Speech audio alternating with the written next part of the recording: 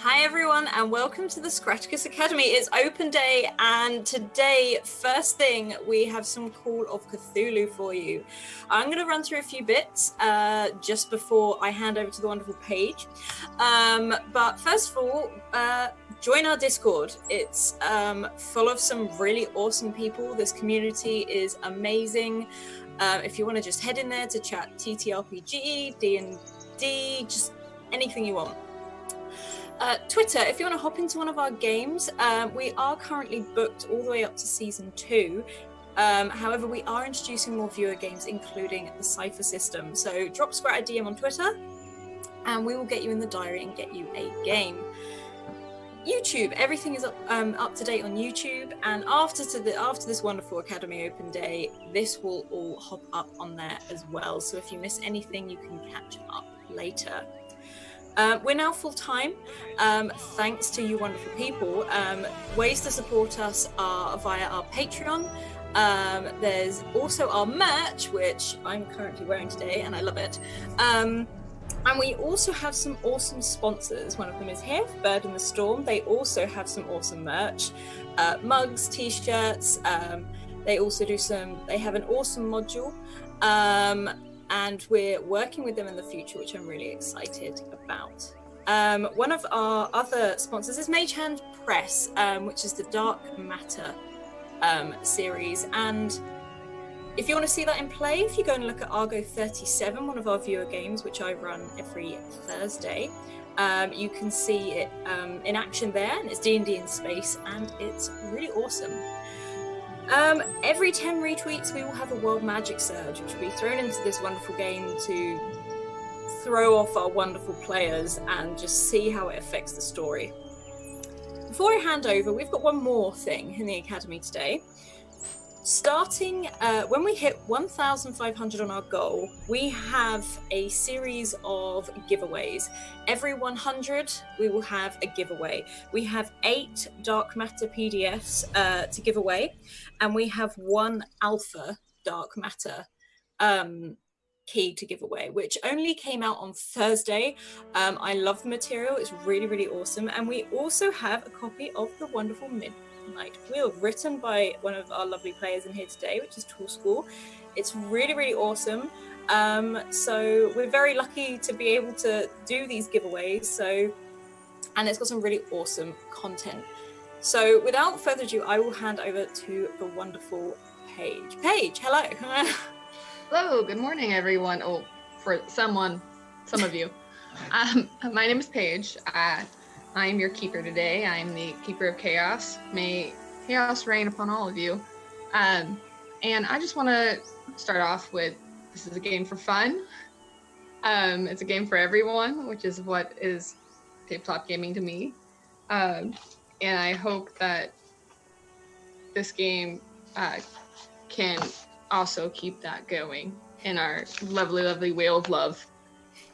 And then with that, if Alice, would you introduce yourself, your character, some bits about you? Yeah, I'm Alice, or White Rabbit Pick on Twitter, as you probably know me. I will be playing Florence Celia Black this session.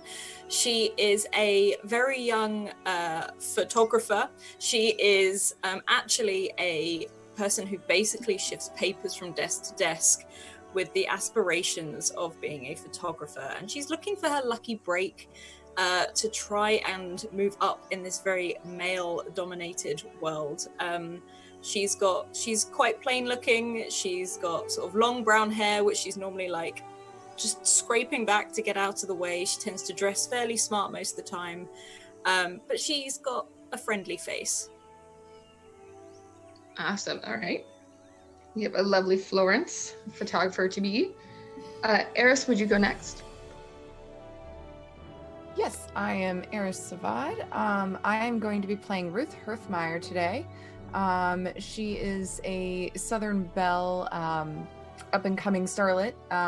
Not the best actress, but her looks make up for it in a way, and she got a good manager who has been getting her into some new and bigger roles lately. And that's how she got drafted into this camping trip. One of those crazy ideas that he came up with. But she's not exactly happy with Hollywood, so I don't know. She's feeling a little mixed feelings right now.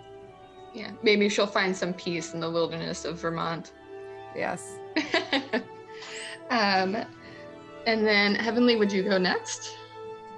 Yes, hello, I'm Heavenly. I'll be playing Hazel Gibson, who is a late 20 stunt woman. She is here to make sure that Ruth looks good in all of her stunts.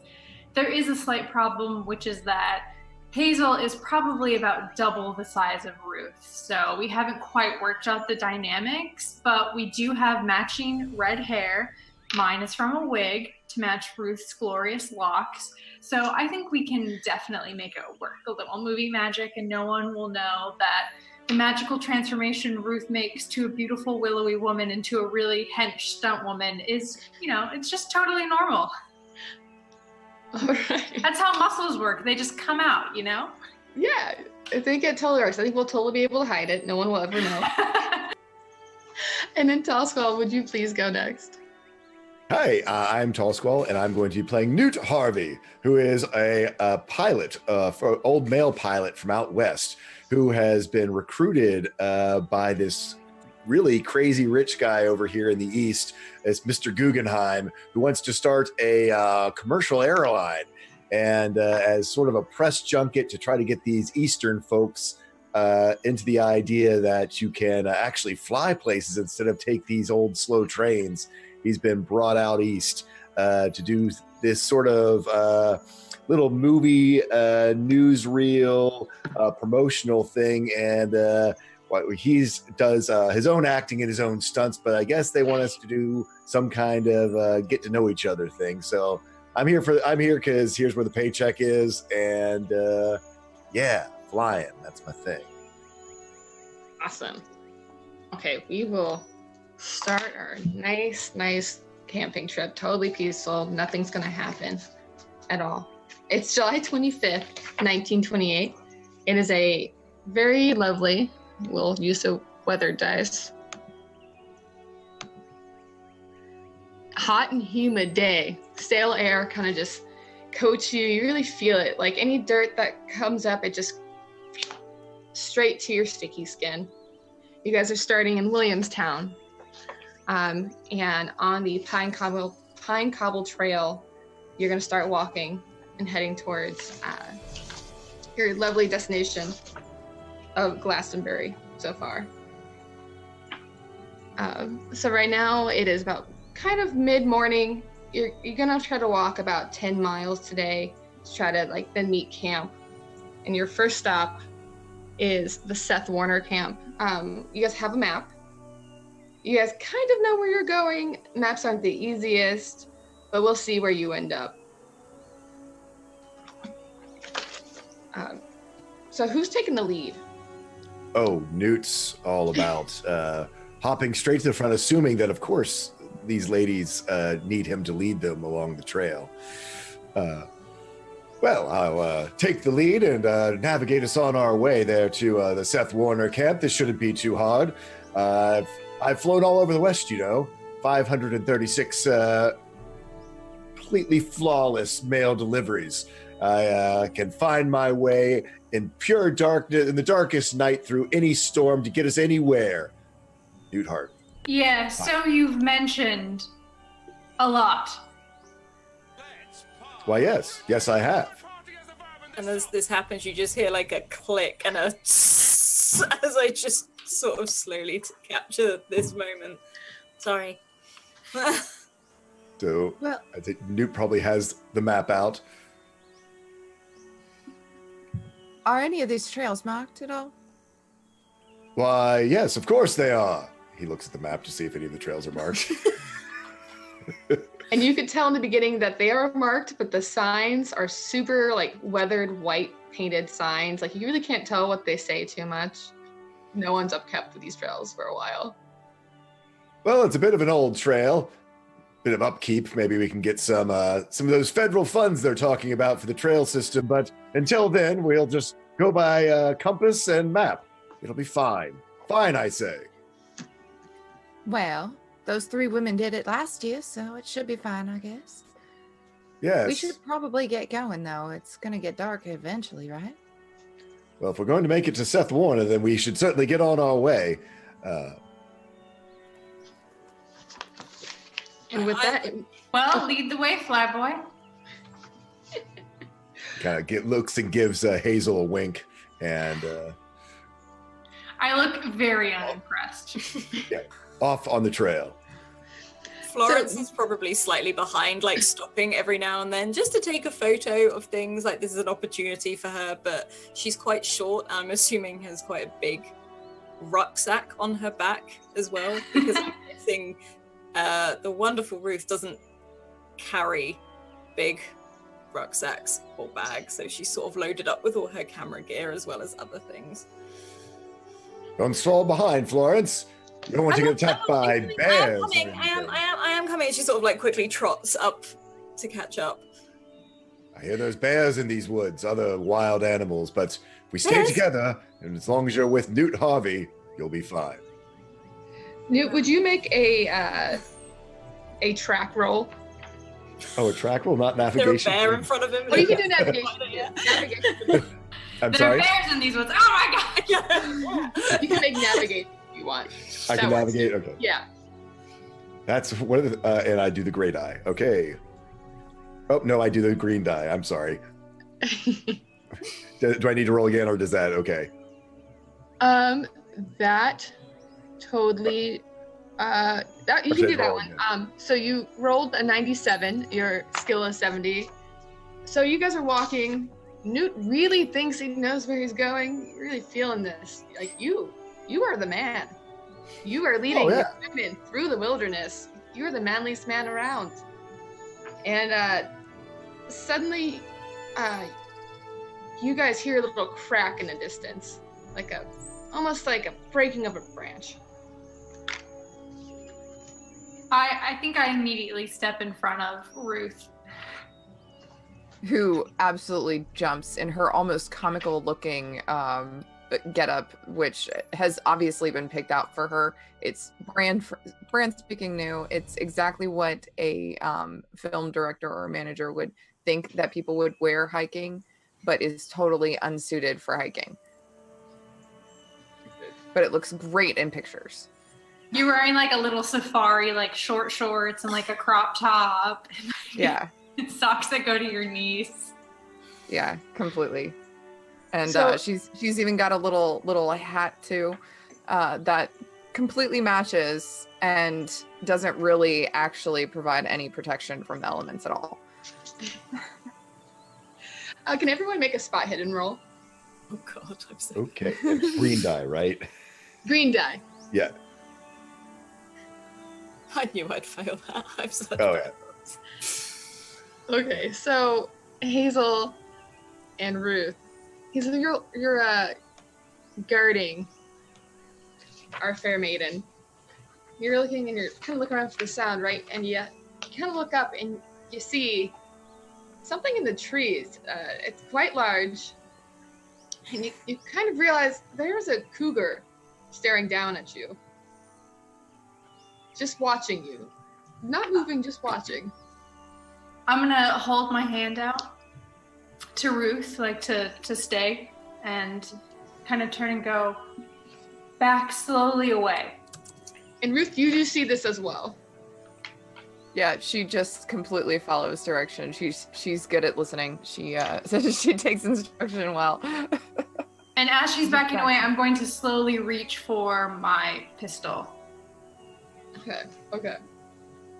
So if we not stopped, have like Yeah, I was gonna say Newt's not paying attention. He's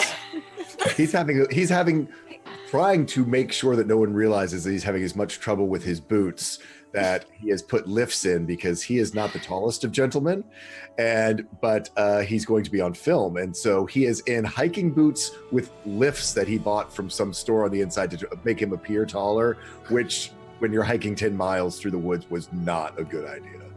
like Florence is like trying to look at the map, like over her shoulder, but because you're just slightly that little bit taller now, she's like, where do you know where we are, like, at all? Well, yes, we're heading straight towards where Everyone be we're quiet. supposed to be. Sorry? everyone be quiet. There's a thing up I there. think what thing? What?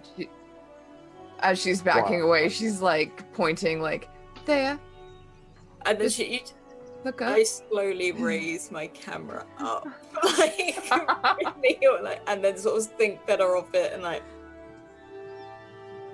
Okay. So it's kind of like on this. You guys are in, the middle of Vermont. There's trees everywhere, so it's kind of in this heavy canopy, and it's kind of sneaking forward. It's not like clearly you can tell trying to eat you yet, but it is kind of creeping forward, like very intrigued by these 4 people that are just standing almost below it. I am gonna just shoot a round off into the air to try and make a lot of noise and scare it, but not hit it. Okay, so when you do that, you fire off, and you hear that kind of like really spine-tingling noise that the cougar makes, which I could try to recreate for you, but Do it! okay. Everyone's gonna get a really nice treat this morning. It's like "Rawr." Lovely. My spine is tingling for sure. I can really tell. And I'm feeling really targeted right now because I was literally just mauled by a cougar last night in Red Dead Redemption 2. Oh. So I threw that down exactly because yeah, they're really coming for you right now. And like with that, it like you can hear like jump to another branch, and you just hear like branches like slowly going off in the distance. It seems like you have achieved scaring it off for Okay. now. So you guys have scared off the cougar. Do you continue on this trail?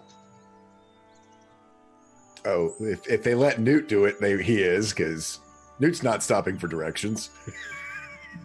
Hey, Newt, do you know anything about this area? Or there's supposed to be a lot of wildlife? I kind of assumed that this would be safe. Well, whenever you're out in the wild, you're never completely safe. There's always some sort of critter out there who might be looking for. Why, this one time when I was out in Wyoming and I was flying the mail, and he goes on and tells a big long story about Wyoming and raccoons, because those were scary. and Florence is looking back at. Wait, Hayes. was the raccoon on the plane? Well, he tried to get on the plane, but I threw him right off. Raccoons can't fly, you know. No, I didn't know that. They probably could if you took them on the plane with you. Well, I guess he did Ruth, fly for a that's short time, such but a when I good threw him out the point. window at 10,000 feet, I'm sure it wasn't a pretty landing. Newt Harvey. Is that allowed? Like, looking like back at Hazel and Ruth, she's like.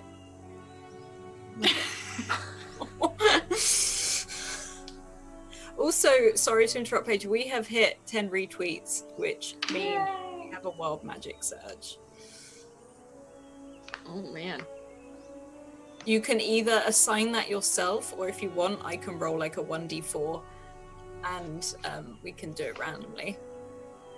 Oh no, I am ready. Yeah. Give me my surge. All right, guys. You don't quite know what this means yet when I do this. It's the number is 610 if you want to roll. I was going to roll a d4 if that's Oh yeah, no, but okay. You're you guys have no idea what this number means, but oh, do I? Ooh, 4. I'm rolling 4s today, guys. All right. So you guys are walking. You're continuing on. Newt, man, you're really killing it, buddy. You're really, really killing it. You all need to make a very nice listen roll for me.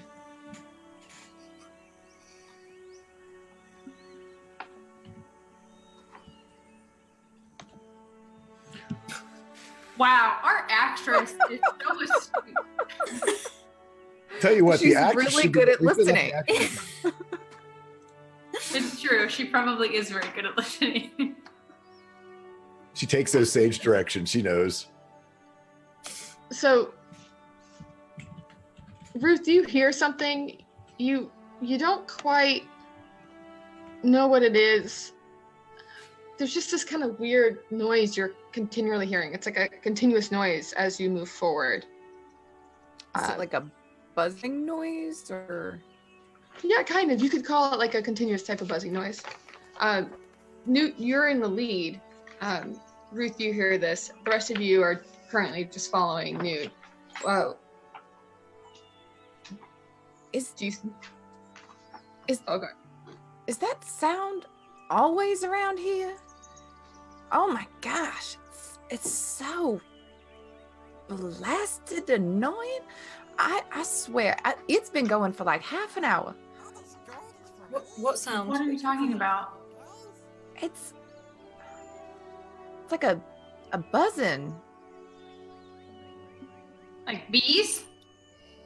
Like flies? But I don't know. I've never heard it before. You've never heard bees before? Or flies? No, we're not. No, this noise. Oh. Is it not like a natural sound? Newt, when you are listening to this and walking forward, you step over this fallen log, and what you hear all of a sudden is a crack as you kind of like your heel kind of kicks it as well when you're going over, and it just cracks open this dead log, and just hundreds of bees and like just start flying out of this log. I mean, they're going. Suddenly you guys are in a cloud of very, very angry bees, and they're all getting stung and need to make a quick dash. Is that a roll? Yes, run. Yeah. What, we rolling for that, sorry? Yeah, make some dex rolls. Oh, there we go. Dex roll. That I could do. How did I fail? I have 75. Oh gosh. I just have to say, Eris's rolls are killer. Yeah, so Eris far. is like just I was- rocking this. She's like, I was I really Scarlet hoping no is one like- would say I anything. don't know anything, but there's a cougar and there's the bees, and now I'm running real fast. I was a brownie. I I was a fall? Girl Scout at one point. So I think I go to like wrap myself around Ruth to like protect her, but she's already She just gone. runs. Gone. yeah, fight or flight happened, and so We got some Florence, you're adrenaline going this only morning. one who fell, correct? So, Florence is like making it, and you slip in the mud as you're going. It's kind of a swampy little area, and you fall down like face flat in the mud, and the bees are coming for you. So I think she just pulls her hood, like if she's got a hood or anything, just starts pulling it over her face, like, no, no, no, no. I hate bees. Newt will go back because he'll save the photographer. It's like, Yeah, I was gonna ask, do I notice that she's fallen? you guys probably I'm noticed that she's fallen. Yeah, you probably heard her fall. I'm not Squelch fully in the aware. mud. So currently, Alice, Florence, you've lost 2 HP to these bee stings are just rapidly taking you. Okay. It's not going to be much of me left by the end of this. I rolled so bad on health. Oh no. If I get taken out by bees before anything bad comes along, I'll be so miffed. Oh no. Yes. Someone said they were going back and getting her. Did I hear that correctly? Because she's just stopped. She's literally covered her face. Yeah, I'll and her definitely is, go like, back. tucked in. If yeah, I Newt feel will- that Ruth has like taken off and is safe, then I'll go back. Okay, you go back and you grab her hand and you're trying to drag her out of the mud, right? Can you make a very lovely strength check for me? Both of us? No, just you, Hazel. Okay. So like a hide check. nice. Oh wow, you made a hard success. You just come over. You're just one strong woman. You just took over. You go over and you grab her and you're dragging her and you're making it out. You're like dragging her through the mud. Florence, you're just face down in the mud. Some type of hood or scarf over your head, whatever sun hat protected you had, and you're just face down, getting dragged. Like, Yeah, she doesn't want to pull up. She's like literally pulled the hat down. Is just like, okay, it's fine, it's fine. this is Florence's equivalent of a Monday morning. Getting dragged out. Hazel just loses one HP to the bees getting you, but you guys safely make it out of the bee zone very quickly. They kind of quickly go back to their log. That path is not quite passable on the way back anymore now. It's been taken out by the bees. The bees have won. Thank you. Well, this is proving to be more exciting than I initially thought it was going to be. I'm going to look pointedly at Newt. I look. Why? That's. Do you know where you're going? Of course I do. And that was a great rescue you just did right there, little lady. I was right there behind you. You see, he in pristine. You've had to march through the mud, and he has not even gotten his boots muddy. Like, Florence looks a bit miffed by this. Like, she just, like, scrapes the mud off, flicking it to the side. She's like, okay. Oh, don't worry. You won't be on camera, Florence. Ruth pulls out a tiny little handkerchief from a pocket and says, "Here you go." Oh, no, it's okay. I'll ruin it. No, it's okay.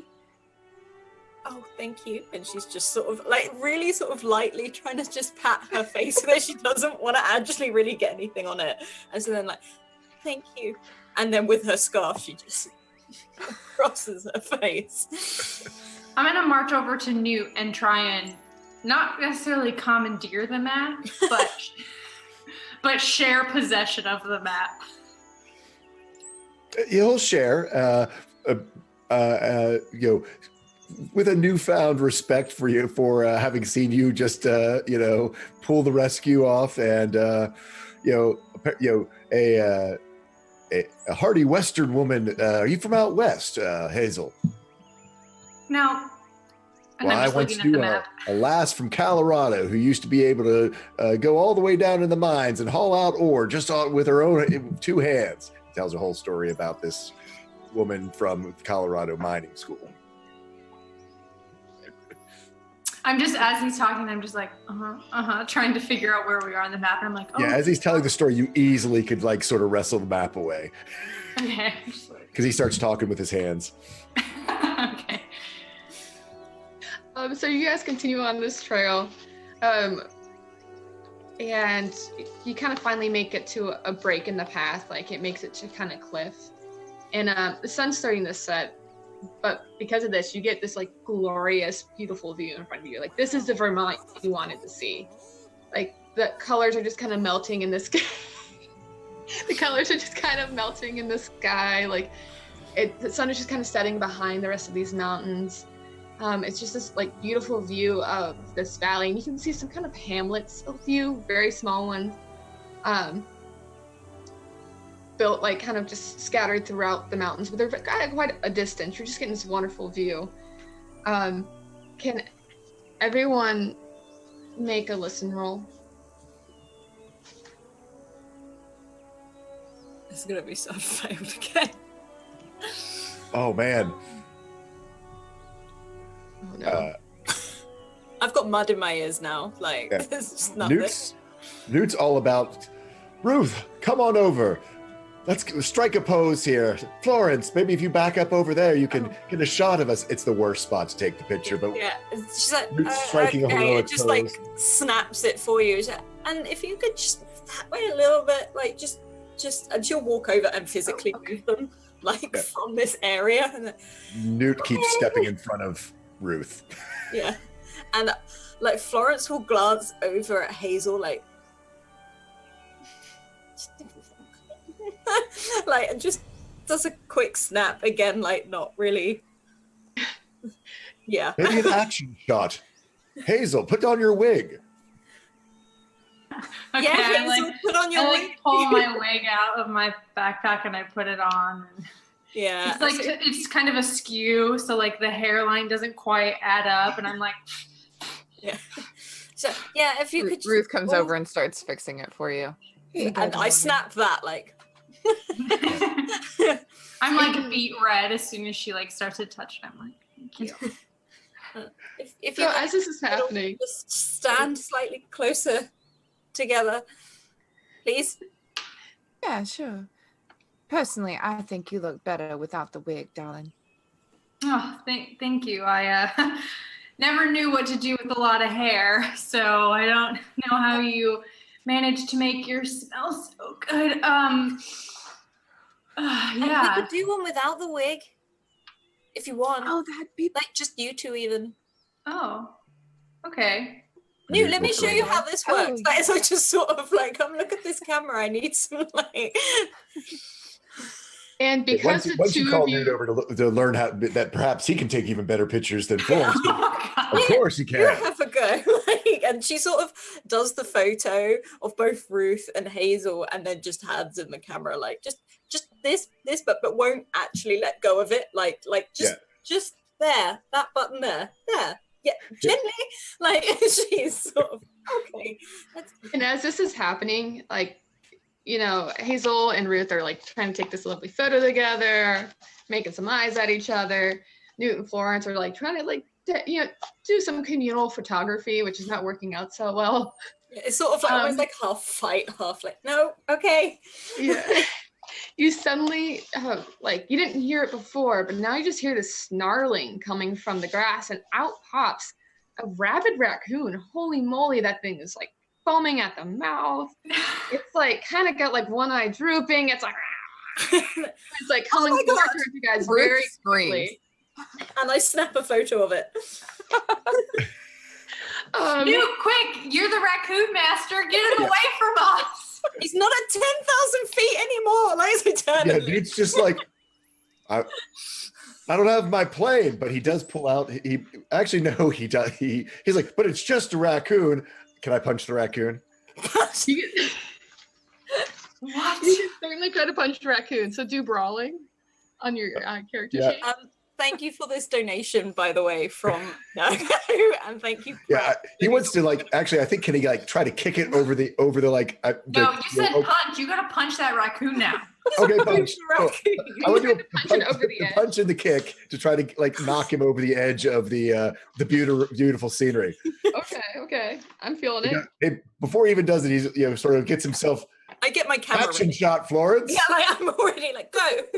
with a nightmare fail. Like don't kick the wildlife. As you're trying to punch this raccoon over the edge, you just have the brownie camera in your hand that you were trying to take before. And you totally missed. And just over this very lovely ledge is that brownie camera flying over. Hang on, my camera? Yeah, he just threw your camera over the ledge. I'm And there's a looking rabid at it. raccoon. Don't worry, I have this other little horrible little like box camera they gave you. And she's just like, that camera was my whole life. Like, I can't do my job without that camera. What do I do now? And then she sort of goes around and like, what is wrong with you? And like just slaps him on the arm, like not hard, but Yeah. And you're yelling at him. There's just this kind of raccoon stumbling towards you guys, trying to spread his rabies love to you. If Ruth is close by, she will try to kick the raccoon Okay. because it's Not just to like do a a brawl. reflex. Oh gosh. Come on, get that rocket kick. I want to see it. Oh. Where is it? Where is it? if anyone's gonna roll it, Ruth is. Yeah, she's our secret tank. Oh, I don't see it. Where is it? Is it just unarmed brawl or? Is it just? It hasn't rolled yet. It's Roll in your 20 as well. weapons. If you look at your character sheet, it's not. Oh, it's there we go. Okay, I was looking for it on the character sheet. Oh, Of course. Oh my goodness! No, did you? Oh my god! You just sent it into orbit. Holy moly! So there's two people fighting over the camera. All this happens. Ruth, our beautiful, willowy, tall actress, just comes up and just kicks this raccoon straight over the edge. You just hear Well, some snarling as it goes. I imagine what happened was she noticed it and screamed. The explosion happened over the camera. It started coming towards her, and she just like reflexively just swung her foot and just kicked it. She's just like, ah! You hear some thuds as it like kind of goes down the edge. Don't. hitting. Don't. I'm like, I Yeah. can't believe I didn't get that on camera. Oh, Can I look over the edge to see if I can spot Florence's camera? Yeah, you can look over the edge. Do I see the camera? Do I need to roll a roll? Do a spot hidden. Come on, Newt. Be a hero. Ooh, hard success. Oh my gosh. Yes. I'm the cheering keeper, if you did not know. So you kind of look over the edge and you see, like, down below, kind of on a ledge, is this brownie camera. It's broken into pieces. Like, can you see it? Yes. Why, yes, I can see. Thank God. Can we You think reach we can it? climb down and get it? Well, Where is it? Show me. I'm sure I could get it. I point out that, well, it's there and over there. And I think that's a piece of it over there. Like, and she actually physically like droops and falls to her knees. Like, But a camera is a camera, right? We in the little snappy snap camera that they gave us. and she's You looking can at. have mine. Do you know how precious that is? I can't just get a new one. Why, sure you can. You can. You're getting me a new camera. Like, she's like looking at him. I'll like, talk to my buddy, Mr. Guggenheim. I'm sure he can take care of it for you. Yeah. Like, you better. Like, this is her trying to be like slightly intimidating, but it's not. Yeah, you better, because that's my life. That's my job. And now I've got this. And she picks up like this other like camera, like, I'll try and do my best with this. I guess it's the photographer, not the camera. It's the photographer, not the camera. Photographer, not the camera. She's just like trying to like pep herself up as she leaves, not wanting to look at it anymore. With this, you guys see the sun is kind of setting like a little bit quicker now. Like golden hour is starting to fall, and you're getting closer into darkness. Still not at your shelter. And we missed the good light. Oh no! All right, I think we should probably start to make camp. Florence, do you think you could get us some firewood so we could start a fire? Yeah, I'll go do that. And then she just sort of wanders off and starts picking up like whatever she can find. I'm gonna start kind of clearing a space so when we put down the bedrolls, it's flattish. Yeah. Are you guys doing this on the ledge? Yeah, why not? Sure. that camp doesn't on the sound like ledge. a bad idea at all. It sounds beautiful. There'll be some beautiful shots in the morning. Yeah. So as you're setting up camp, you guys have 2 tents, as you guys know, in your packs. You're carrying 2 between the 4 of you. It's pretty easy to find some firewood. I mean, it's all over. It wasn't a rainy day. And you just kind of, like, you get it going. It's who's starting a fire?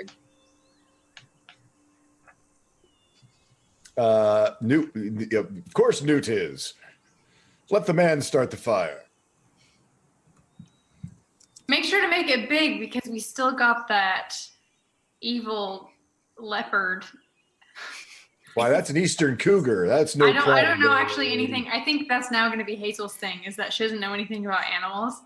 So I'm just going to be like, there's that lion or that tiger or whatever that is hunting us. So we got to make sure our fire is really big. Don't you worry about that. It'll be fine. And he starts to try to make a fire.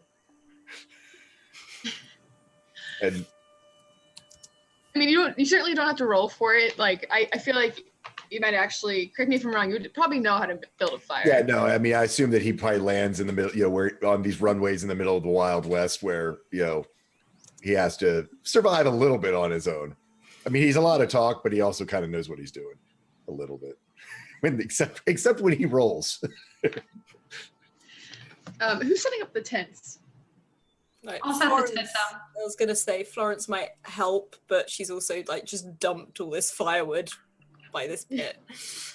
Ruth would also try to help, but she would probably just end up holding things while other people are doing other things. She'd just be the one Ruth, holding the don't bowl. even worry about it. Why don't you sit down and warm up by the fire? I think we got this. Well, You can sit But I right don't wanna here, be- Ruth. And basically, he has a spot. Newt has a spot for Ruth right next to him on a very short log. Oh, thank you. And she sits down as far away from him as possible, like right on the edge. and just very politely just sits there and says, "So, where did you learn to navigate? Because that is so interesting. You found the perfect spot." Why? Well, I was running mail. I ran 536 flawless flights of the mail out west. Is You that the wouldn't same believe number how- that you said before? Yes, 536. All right. I I just go back Write to it down in case it 536. Yeah, I'm like making a mental note 536. All right. Yeah. Okay, note to self. Write that down in your notes so you don't screw it up later.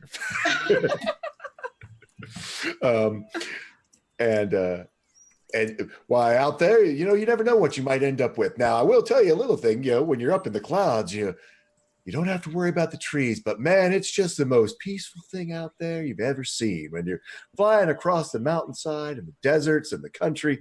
And he starts just doing all this very boring exposition about how wonderful he is at flying. And as far as he knows, Ruth is very interested and she's paying rapt attention. Oh yeah, he assumes that everyone's paying attention to him. Oh, yes. But she's actually like looking at him and like, yeah, oh my goodness. It's so interesting. I'm sort of almost grimacing at this conversation, just throwing wood on the fire at this point, just trying to get it going. Oh yeah, Whoever's he building like tents- got a spark going and then got talking. Yeah, whoever's building tents, can you make just a survival roll for me? Yeah. God, that's both of us. I'm sorry, I'm gonna screw up. Well, there's 2 tents, so it's actually quite perfect. Where's survival? Yeah, where is survival? Oh, maybe I'm referring to my I think I meant. Where did you go, thing? I think there's like natural world. Also, there's natural world. Natural world. Oh no! Sometimes I get my skills mixed up. Oh no, she rolled the 100. Oh my god, I'm not meant for the Oh, outdoors be today. still, my little heart. Like, what? Where does this go? Like, you just see this massive, like. and we're both trying to help each other. So I'm like, no, that goes over. I think you Ow, have my ow, stick. I don't think so this if pause should be here. Like, I somehow end up with all the sticks, and I've created like a 7-stick hut, whereas you have like maybe 1 stick. I've got to the point where I've just sat down on the floor and I've got the canvas over me. And I think there's maybe a rod missing. I'm gonna take a log and like put it and like put the tarp over it and like, okay, gosh, oh no, and now the tarp has a hole in it. Oh my god, oh goodness, oh boy. You are able to like get some form of a tent up, like you guys do get it up. Like, it might not. just not with my help. Yeah, It's, it might like, be a little it's wonky. dipped really low, so that the tarp also serves as your blanket. So essentially, you're just sleeping under a tarp. Yeah, just. Well, that's a fine job you're doing over there, Hazel and Florence. He Yeah. barely, I mean, he doesn't even like look at it. He just sort of, wants to make sure they haven't forgotten to pay attention to him. She just doesn't respond. She's still trying to figure out. With that, Oh you my guys have goodness. like taken long enough that the sun is like fully gone. You guys are going like very rapidly into straight darkness. There's no lights out here. You can see very tiny dots in a distance in those little hamlets, but other than that, there's just the stars, and it is not a full moon.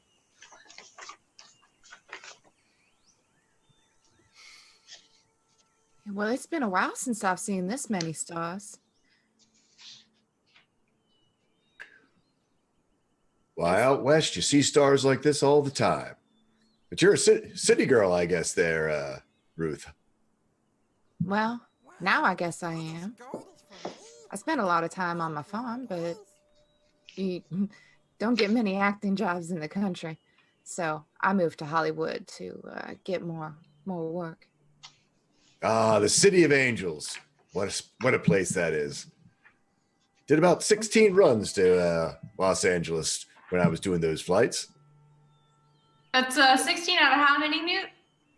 536, Hazel. 536.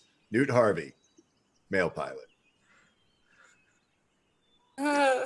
Is that male M-A-I-L or M-A-L-E? Why, it's both. And he smiles and gives her a wink.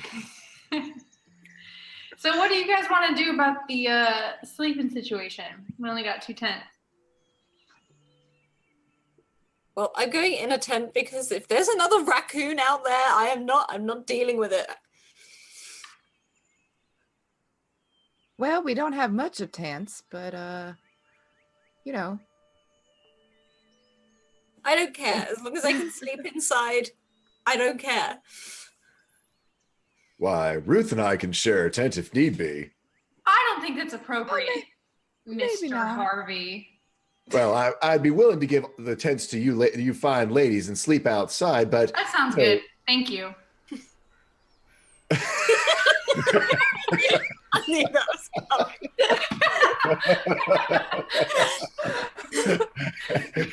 For once, Newt is just... Wait, what? That's really kind of you, Mr. Harvey. I know that you don't want to ruin any single woman's reputation, what with the implications of sleeping in a tent with you. So it's really very kind of you. And I'm just going to go into one of the tents. Ruth will actually just follow her into the tent. And Florence will sort of look at you like, ooh. Newt starts to walk a little bit towards Florence, but then she remembers the camera and yeah, she might clump you in your sleep. Yeah, okay.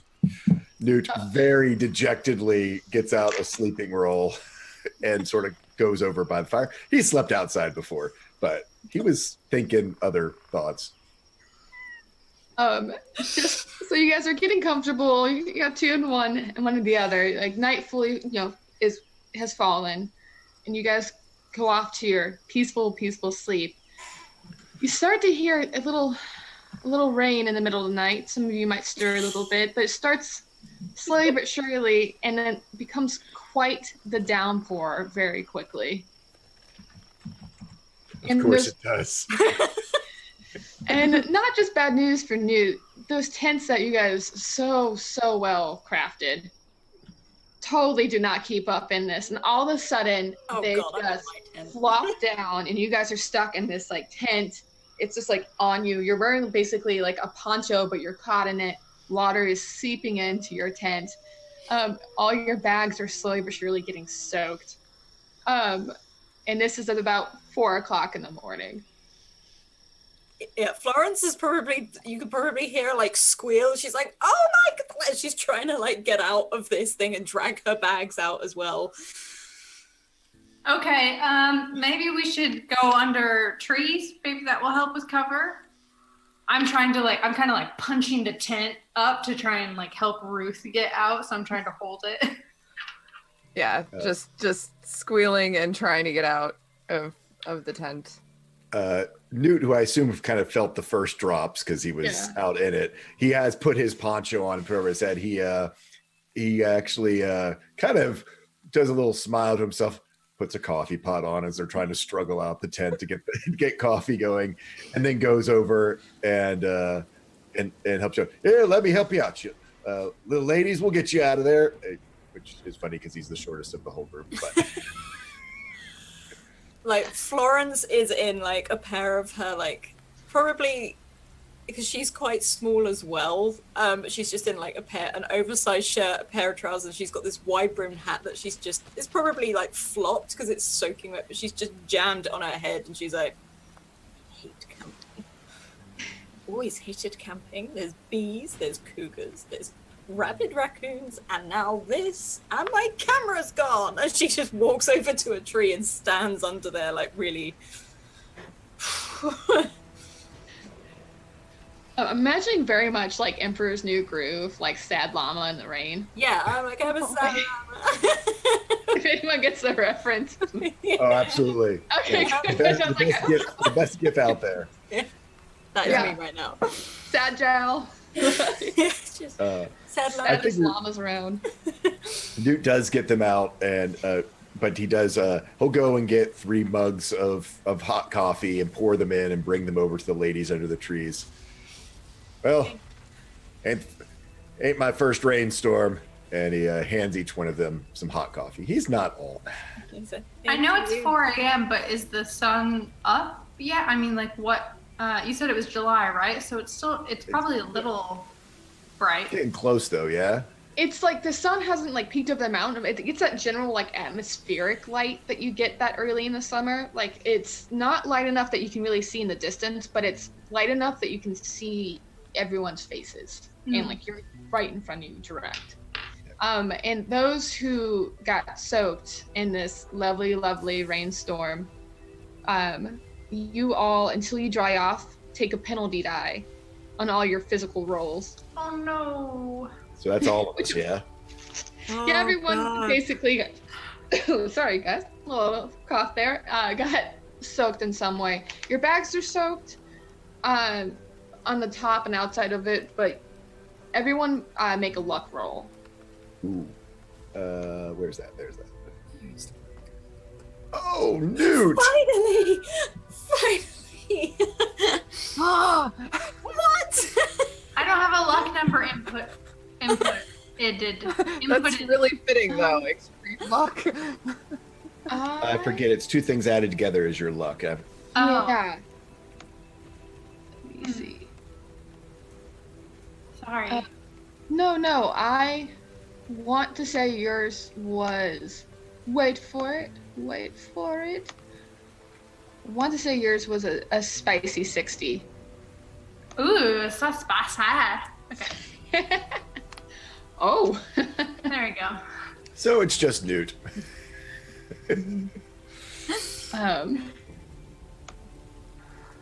So yeah, Newt, you were making coffee. You got a little distracted, and you didn't cover your bag soon enough, Oh, and it is just like soaked through. Like your extra clothes are soaked, your food is soaked. Like you're just kind of, if it was a cloth material or something Yeah, that could be it's great, soaked. it's just soaked. yeah. I figure it's like one of those sort of wax fabrics. So it's basically there's literally water in the bottom of the bag that's Yeah. not draining out. Well, actually, does he know yet? When you pick it up to get moving, you'll quickly hear I'll the quickly sloshing. find out. Yeah. But right now we're just in the night walk under the trees right now, drinking some coffee as it rains. Yeah, basically. And with that, like the sun is coming up, we roll our weather dice again, and we get a hot and humid day, guys. It's gonna be really good. You guys are already sticky. Yeah, and wet. Yeah, so you kind of get this like steaming, as you guys are walking, this kind of steaming, drying feel. You know what I mean? It's like when you put on a hoodie and like it's still a little too damp, but Yeah. you're doing it anyways. You just get this like steaming feeling all over your body, which is exactly what you want when you hike 10 miles a day. Well, looks like I've picked up a little water weight. And as he sort of dumps his bag out and just slosh, everything comes falling out. Well, we had coffee at least.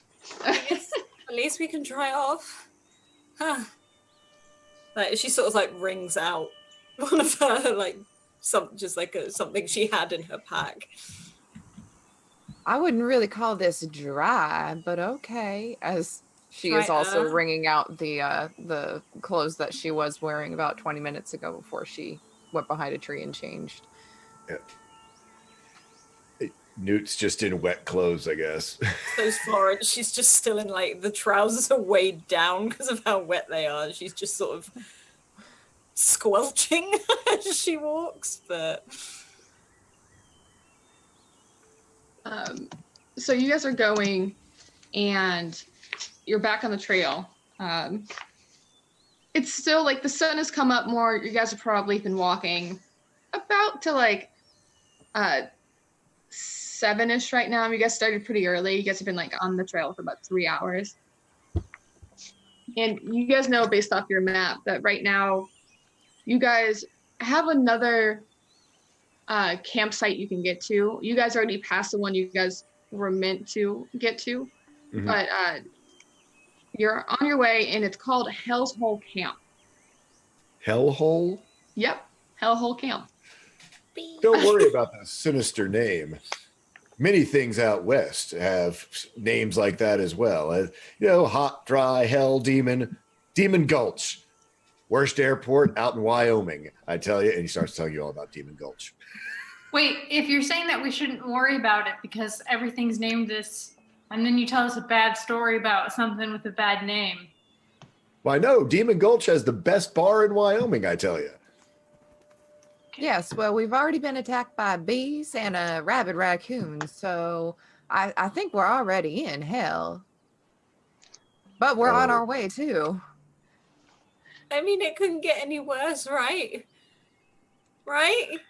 I wouldn't say that. Yeah, Newt looks at Florence.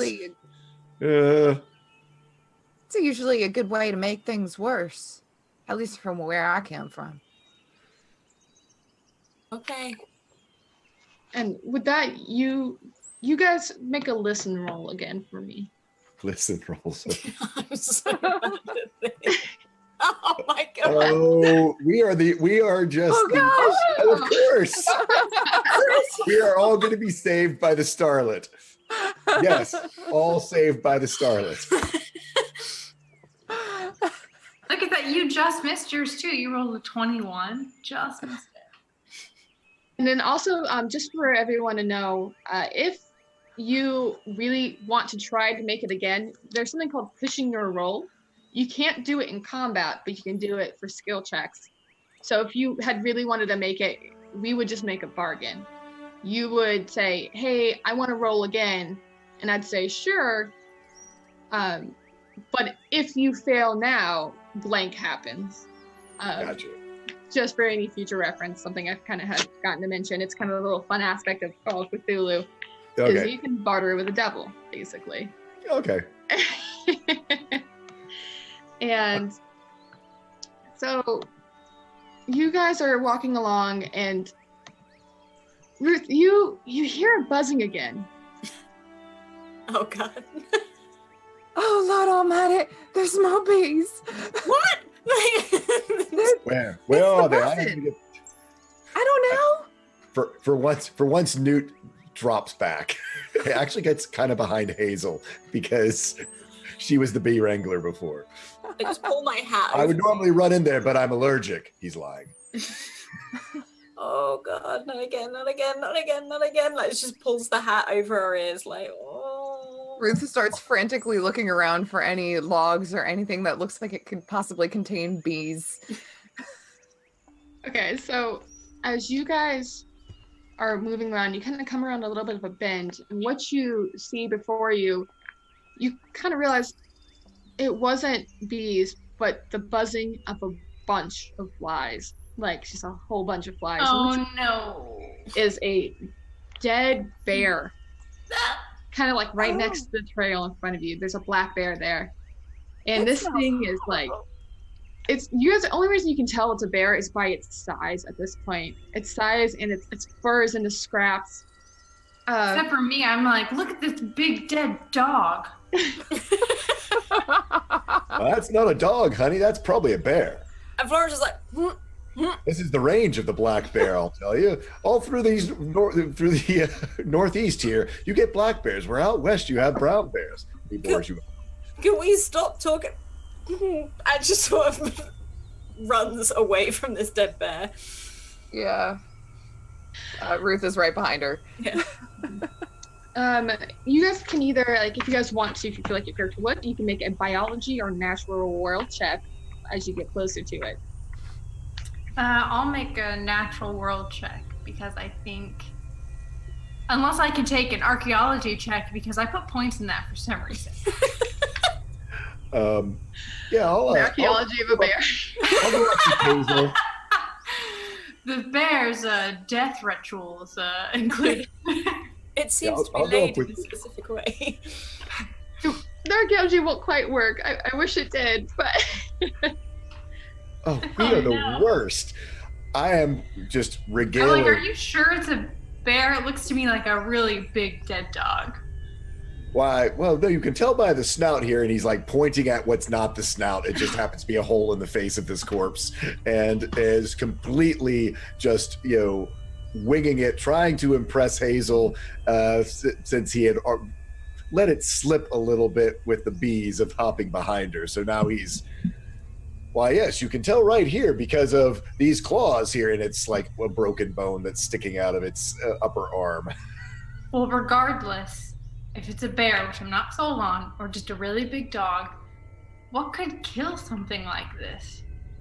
Now that's the real question of what possibly could kill something like this.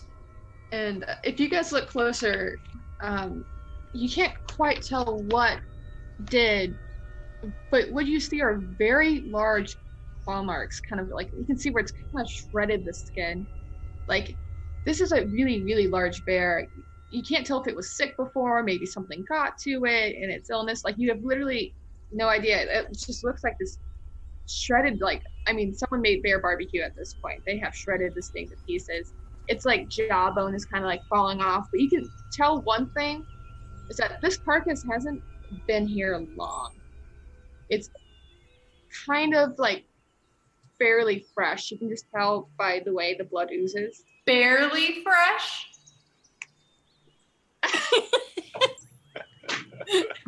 I love you, Heavenly. I missed wish you I so could much. claim that as a, intended pun, but it definitely was not. Florence, I'm guessing Ruth as well is not near the bear. She's like, are you okay? I didn't like that. Oh no, that was. Was that a bear? I thought I heard Hazel say it was a dog. There's no way that's a dog. That's got to be a bear. If it is, why is it that big? Like, what? It's definitely a bear. I like the idea that maybe Hazel has created like an unknowing horror, which is a dog that's this big. I'm thinking Beast of Bodmin, like in my head right now. Like, I'm not thinking of. If it is a bear, what kills a bear like that? Oh, Nothing to maybe worry it was about. the It probably was cougar. just a cougar, which aren't around here anywhere. Oh, right. Cougar. Oh. Do you think we should end this camping trip early? Well, I could navigate us back if we need, because we can't go back the way those bees were. I'd I mean, rather the avoid. bees have gone, right? It rained last night. Well, I know if there's a nest there, they'll be there for all season. I tell you, he doesn't know. Oh, I guess that's a good point. Just- I would Well- not like to come in contact with the bees again if that is an option. How far away are we from the hell camp? Hell camp. If you guys look at your map, who's got the map currently? Yeah, Hazel took it from I me. do. Looking at it, you can kind of see that you're probably about like 3 miles away, like Mhm. from where you stay. That would be. Well, I guess we're only a few miles away from the camp. It would take longer to go back the way we came. And hopefully there's more accommodating setups at the camp. Well, I'm if sure nothing the else, it'll give facilities us. Oh, go ahead. If nothing else, it'll give us time to dry out a little bit, regroup, and then we can head back. I don't like this trip so far. And with that, you guys kind of realize something is that suddenly you kind of like realize the birds aren't chirping anymore. Like, it's almost like the trees are listening to you right now. Like, there's no noise but yourselves.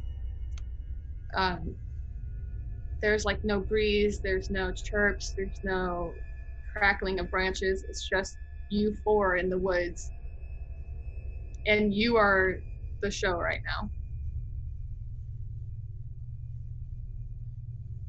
Shouldn't we be hearing anything right now? You know, like life. She's sort of looking around up into the trees. Let's not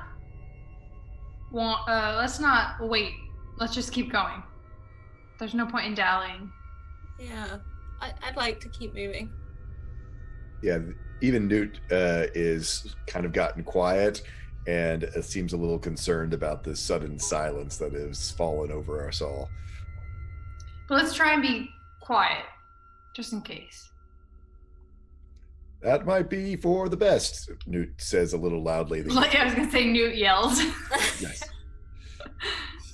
Okay. Ruth is kind of clinging to Hazel and looking around very, very scared. I'm like that typical like hitched up like rucksack as I'm sort of like going as I go. Newt will draw out his pistol, being a little bit weird, but kind of for show. We'll be fine, ladies. I think I'll follow his lead and I'll pull my pistol out as well. You think we should have a weapon? Like, and she sort of like, she just picks up a stick. Like, Ruth also picks up a stick. She's like, obviously, this is the thing to do. Like, Yeah. Newt gives a nod to Hazel. Nice piece. Thank you. It's a gun. Hazel says something very intelligent about guns, but it translates from my mouth as it's a gun. Yeah, there you go. So are you guys marching onward? Yeah. Okay, that's right. I just wanted to double check. So you guys move onward. Quietly. We're marching quietly. Okay, so you guys are kind of quietly going. Will you all make me the loveliest, where did you go? The loveliest navigate roll to like get through these trails. Come on, Newt. Come on, Newt. There we go. no. Oh, there we go. Newt and Hazel, hey, look at us. Ooh, look with a hard success. Oh yeah, and then also a stealth roll, which is sneak in this. Sorry guys. Oh, No, I got stealth. Stealth. Oh, do you have stealth? Yeah. Okay, then I always get them. Oh, yeah. Did you get one? Oh. Oh, I guess it makes sense if we're like scouting the path, we're like crunch, crunch, crunch, crunch. Oh, we're there with our sticks, like. Yeah, like, yeah. Look at y'all yeah. both with the threes. don't make a sound. So yeah, as you guys are navigating, you guys are kind of doing that like thing where like, oh no, okay, no, this way, because the trail is quite overgrown. So you guys are doing more of the stepping on branches. Like you guys are making a tad bit more noise. And then we have Florence and Ruth in the back, who are like the most agile, little like missing every leaf type move. Like Florence, you're actually quite dexterous with this. You're just like moving through. That's my sneaky move. I don't know if that's actually how people see it. This is how I'm going through the forest. Yeah. Don't go camping with me. I will do that. And you guys, with the great navigation, you guys are making quite a bit of work on this trail, and the noise starts to come back up. You guys starting to hear birds slowly start chirping again. You kind of start feeling like you're getting a tad bit out of whatever you were in before, like this kind of weird area that kind of felt almost like a dead zone, for a lack of better words. You just kind of felt like it was there with you. Something was kind of there. Right now you're getting into this wilderness again. You're hearing the birds chirping.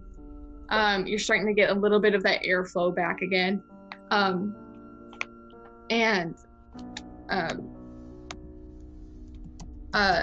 You guys kind of slowly but surely you make it to Hellhole. And what you see when you get there is a kind of a lean-to, for lack of better words, kind of what you saw before when you guys passed what was supposed to be your camp before the raccoon took up all your time. But there's something kind of odd about this. It is totally crashed down. Like the roof is smashed in. There's trash everywhere.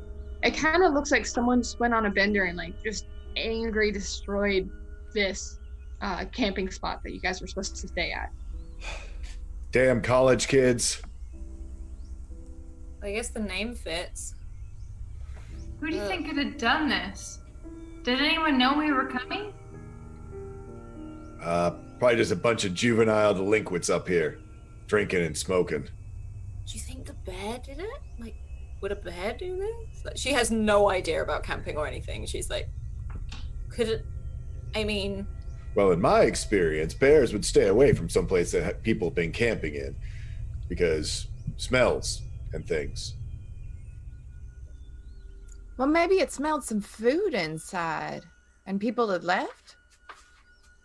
Well, yeah, they might have left some snacks behind. You know, maybe one of those tasty cakes that they've just come out with that I saw at the corner market. out of those. Individually wrapped. Can you believe that? Really? Why would someone take the time to wrap each one individually? Why they stay fresher. Yeah, but isn't that There's a big wasteful? smile. Like- I'm practicing on my endorsements. Does the damage look centralized to any particular part of the camp, or is it like the entire camp looks like it was just rampaged? It feels like the shelter was the main point, Okay. the lean-to. It kind of looks like the hand of God just kind of went whap and just like crushed the center of it.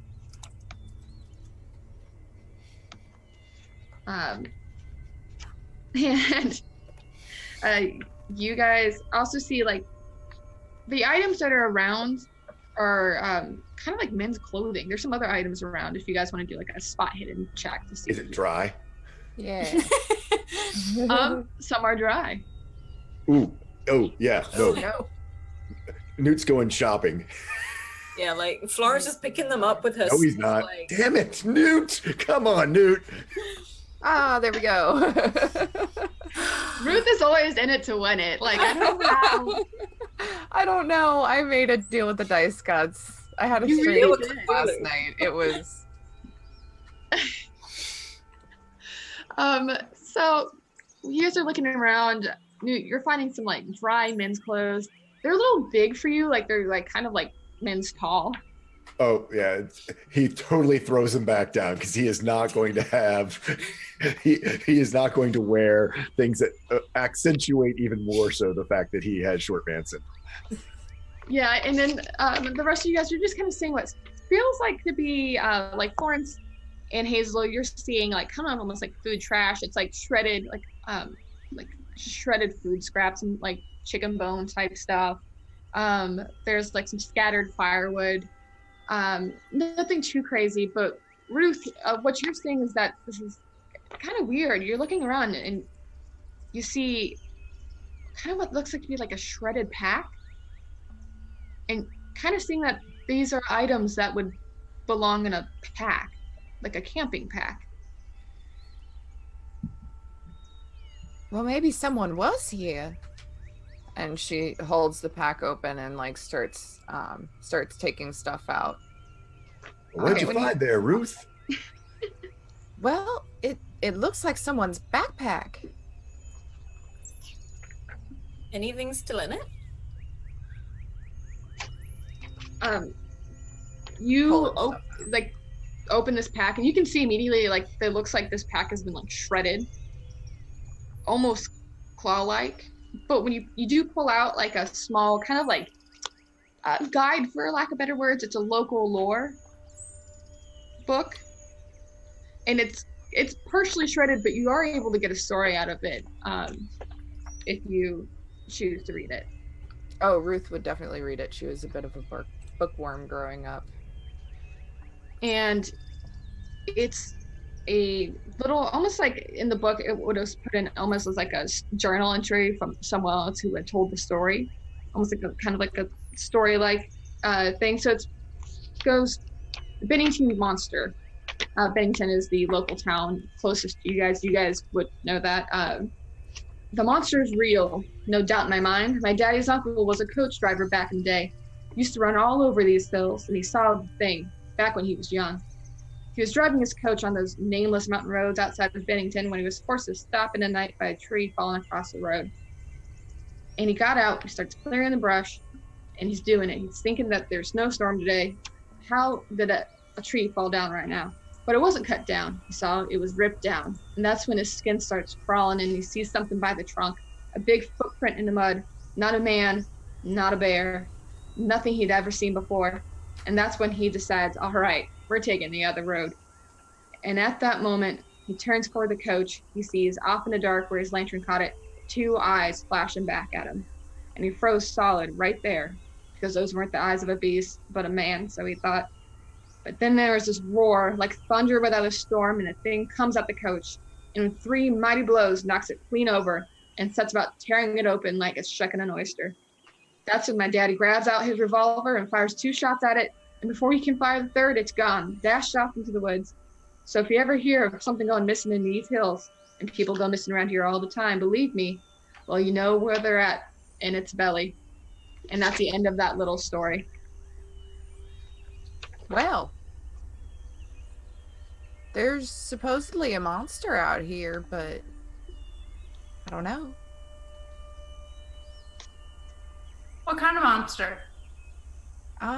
Something that looks kind of like a human, but it roars like an animal. It has claws and supposedly can open a buggy like a clam or whatever it's called. I'm gonna look at Newt. Be like, that's just stories. I mean, monsters don't exist. Newt looks back, very serious. If one thing I've learned on sitting in dark runways in the middle of nowhere, all those tall tales, they all have some grain of truth in them. Don't say that. You're gonna scare Ruth. No, I'm gonna look at Ruth. Ruth, that's nonsense. There's no such thing as monsters. This was just a bear. I don't know what they saw, but they were just spooked.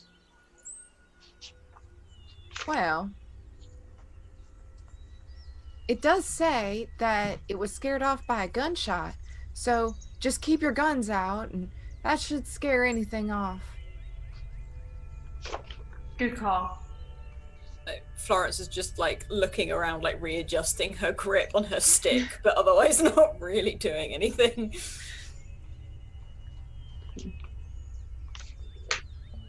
So do you guys can tell by looking at your map that you guys, and it's not that late in the day, this was going to be a short hike. You guys were just supposed to get here and hang out. That's all you guys were supposed to do. You're supposed to have a chill midday, maybe take some photographs on your wonderful camera that you totally still have, Florence. Yeah. But you're able to make it to the next camp if you guys like hurry on. Well, Yeah, what do you guys think? it certainly isn't fit for habitation. Can we make it to the next camp by nightfall for sure? For sure, we can make it. He doesn't know. Looking at it, you feel like you guys could. It's just like would require no dilly-dallying. Well, let's just keep moving then. Maybe that one's not destroyed. Yeah, but let's keep moving. Mm-hmm. I guess the shaky cam horror film hasn't been invented yet, so we don't realize how stupid this plan is. Right.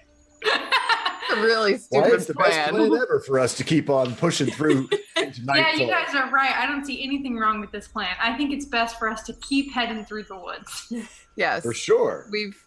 We've gotten to Hell Camp. Let's continue.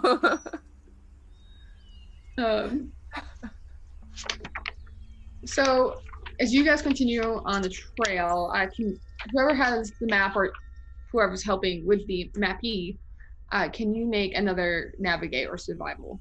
I figure we're arguing over the map again. Ooh, For once, Newt, thank you. Newt's redeemed himself now. Newt for the win. So Newt says that. Newt for the win. I see the way. You guys are able to make it forward. You guys are kind of going, and you know where you're heading right now is an area called Glastonbury. It's one of your final stops. After that, you're trying to make it to Glastonbury Keep, and which is kind of marked on your map. So as you go, you guys are making it. You kind of come across something like a kind of strange. We're not expecting it in the middle of the woods. You come across this old church. It's kind of looked like a little decayed. How late is it? At this point, it's probably about like a solid. You guys made it to the other one about noon. So at this point, it's about 2 o'clock. Okay.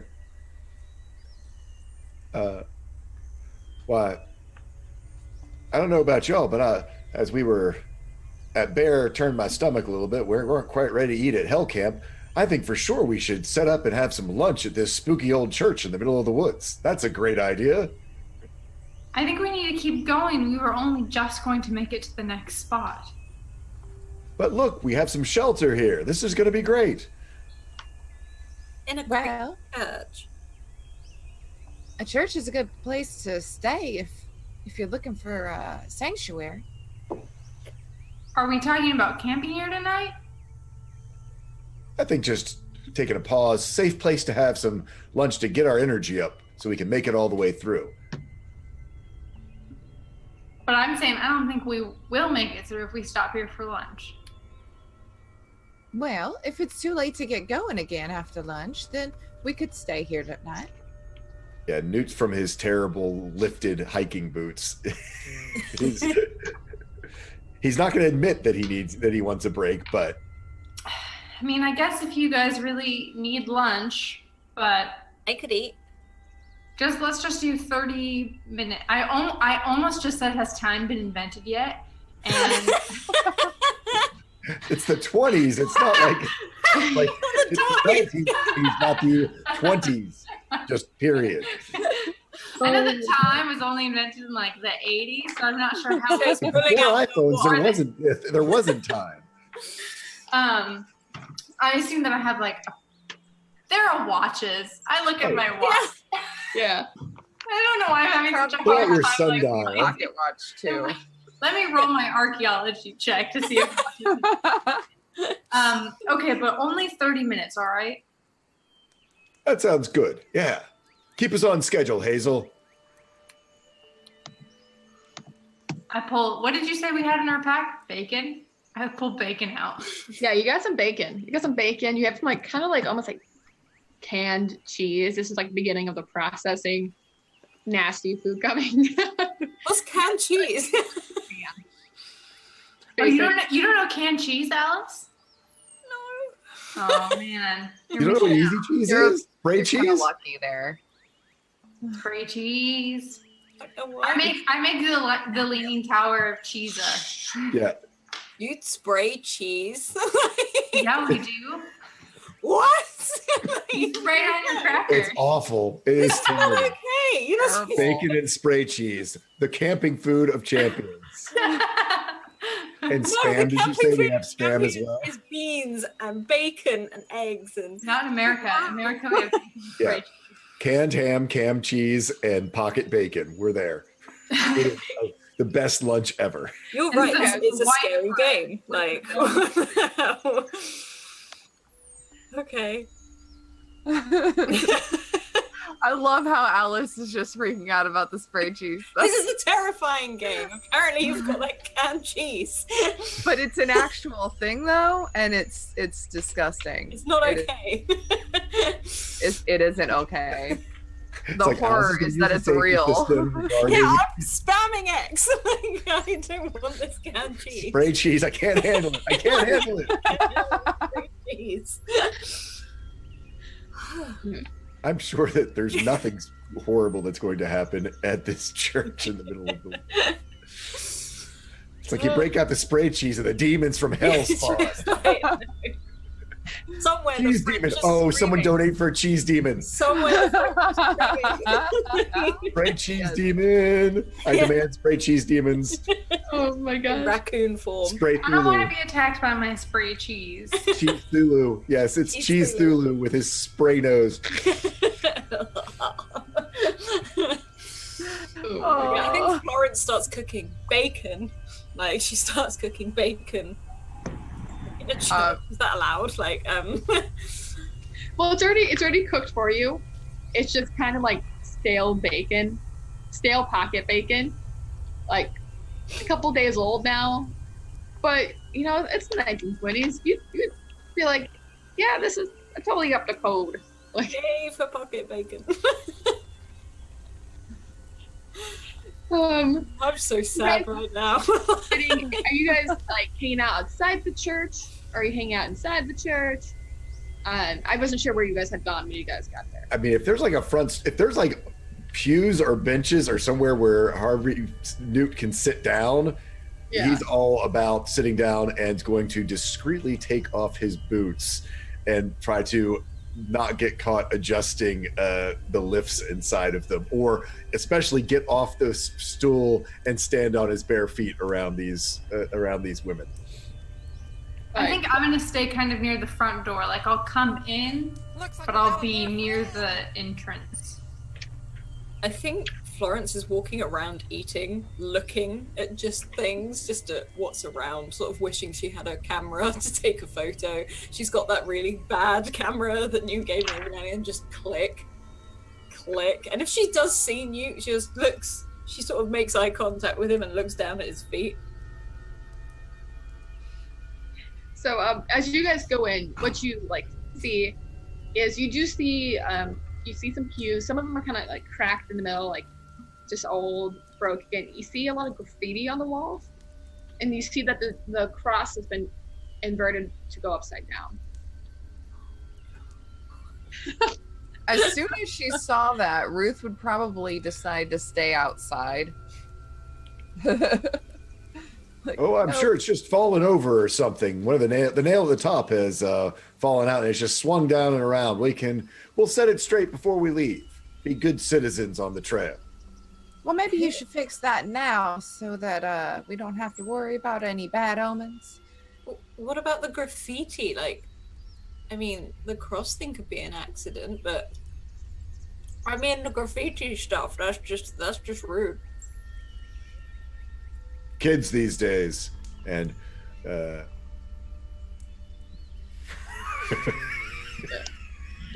So if you look at it, what you see though, it's kind of like, it's weird. You see the typical, like, it's people just like drawing, because it's like not spray paint yet, you know. What you see is like almost like this weird winged creature that was drawn on. It's kind of stick figure like. It's kind of weird. It's like a round circle. You see like kind of a mouth mark, and then you see like kind of like little fangs on it, and it's kind of got like weird like spaghetti hair. You know, like it looks like kind of like a kid drew it, and then it's got these huge like kind of wings on it. It's almost like someone drew like some weird type of angel. Hey Ruth, did that note you found say anything about the monster having wings? Did it? I don't remember. I think so. It was in the dark, right? No mention of wings. No mention of wings from memory. No, I don't think so. It was dark that night, from what the story said, so it could be that they couldn't see the wings. Or Probably maybe Probably Maybe just a someone bunch of You go. maybe someone was just getting creative here. Yeah. I think maybe it's just a bunch of, local teenagers, like Newt said, just playing pranks. It's a great way to keep people from your favorite spot. No, So that's can everyone make a spot hidden for me really quick? Sorry, Newt. no, go for it. That's fine. Oh, come on, So dude. I've been doing so well. Nope. of course, Ruth. Oh, yes. Yep. Yes. Sorry. I saw Alice's and I'm like, oh, I failed. Wait. Yeah, no, it's me. I don't understand. Oh I my think gosh. I failed one roll so far this morning. Yeah, I think that is it. Gosh.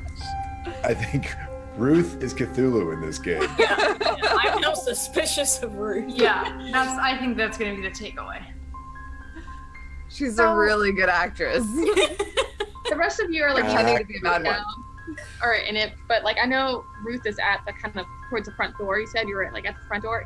You do see kind of like almost by the cross, like under where it's hanging on the ground. You kind of see like where the wood has broken in from where like it seems like almost like moisture, but there's like definitely some holes in the roof. And you see kind of like a big kind of like hole in the floor, but towards the front of the church.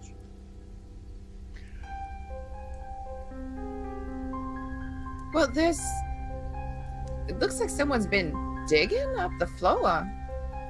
What? Do you see that there? I'm thinking Points Newt. it out.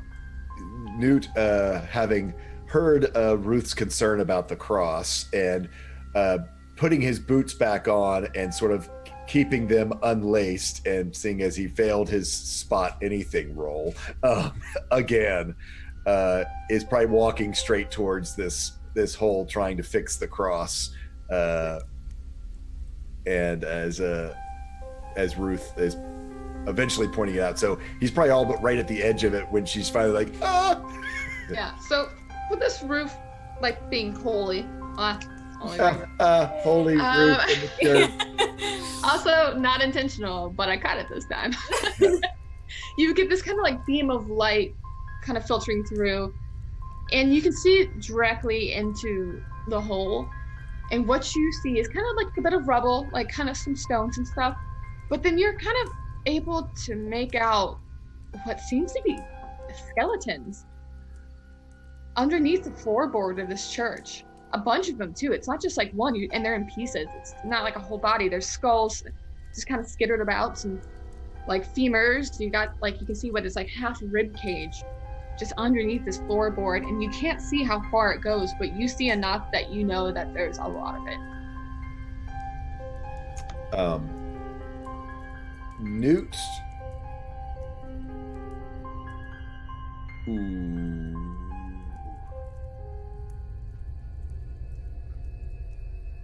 What is it? Why, what? What are we looking at? Why, there's nothing up here. Nothing at all. Nothing for us to need to look at. Nothing. We totally don't need to look down in that hole towards what's underneath. It's just an old church, and they're just doing normal church things here. I'm gonna look immediately. Yeah, like I'm like that move. And he's just like, Look, man, well, I'm no. sure it's just, Someone who says everything is fine. churches, they bury their dead underneath, and just an animal must have gotten in there What? or something. Wait, what? And she's like pushing through to like see. Churches have graveyards. They just built this church on top of it. That's all. Not That's in what big happened here. That's all it Yeah, is. what are you talking? Yeah, You Newt is just. move. Let us see. I think Hazel and Florence are like. Yeah, you can push him out of the way. He's totally Ruth trying is to still at the door, like, be totally normal. I mean, they don't normally look like that, right? Well, that a bear or the cougar or something just got down in there and tossed the bones. That's all. Got in there and no, that's not normal. I think we should move. We should make it to the camp. Has it been half an hour? I'm not staying where there are skeletons underneath me. Yeah, I think we should leave. Whatever's going on. I'm gonna look at Ruth and then like look at Newt with like big pleading eyes and be like, I'm sure that Newt is right. Churches, they bury people. It was the local pope or the archbishop or the grand You don't have father. and, over in Rome, they've got all kinds of catacombs beneath St. Peter's, Paul's But we're not in Bob's Rome. Cathedral. Local pope. We don't have a pope. Like Florence is like, come on, guys, this is bad. You can use our. Oh, you can. Oh my god, can you use archaeology? Can I use my archaeology? Yes. All right, here we go. Oh. Oh. Yeah, It's so she's looking bad. down like, yep, they're dead. I'm like, you guys don't worry. I was thinking about becoming an archaeologist for a while, so I read a book about it in the library, so I'm pretty sure I know what I'm talking about. Okay. Yeah, these are the Pope's bones. So what Newt said, totally correct. You can tell. I think we should leave. The Pope. And it's totally normal. The Pope's bones. Yeah. The local This is Pope. totally normal. We should leave. Yeah, it's totally normal. But let's get If out. it's They do this normal, all the time. They do this all the time. It's fine. if it's normal, why should we leave? Because it's 30 minutes rude. are up. 30 minutes are Because up. 30 minutes are up. Thank you, Newt. Yes, because 30 minutes are up. Oh It's probably well. only been like 15. In that case, let's get going then. Okay. Yes. I re-pick up my stick and I leave. Okay, so I hold Hazel back and just sort of look at her and goes, keep that gun handy. Right. Maybe we should make sure we are Yes. you in front, I'm in back. Yes. Sounds good. I hand him the map. Oh, he's so happy he's got the map back. yeah, will you make a navigate roll for me again? Okay. Or a survival or track, which I All right, no, navigate is theoretically he's actually really good at navigation. theoretically. Look at that. Woo! There we go. You made it.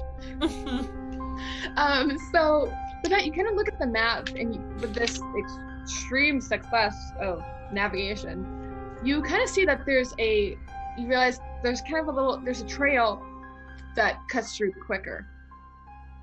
It's a marked trail on the map, and you see that it gets you to the peak faster.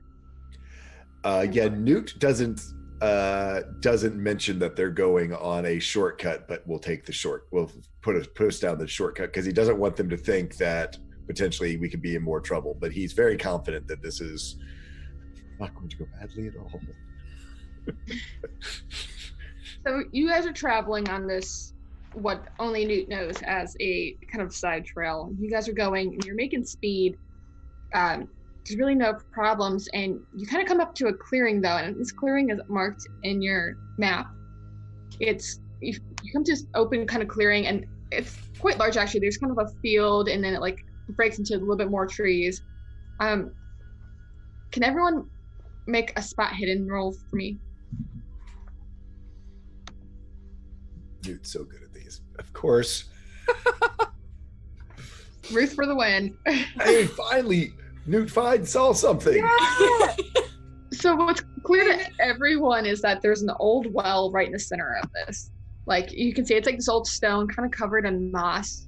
Well, it's got a wooden cover on top of it.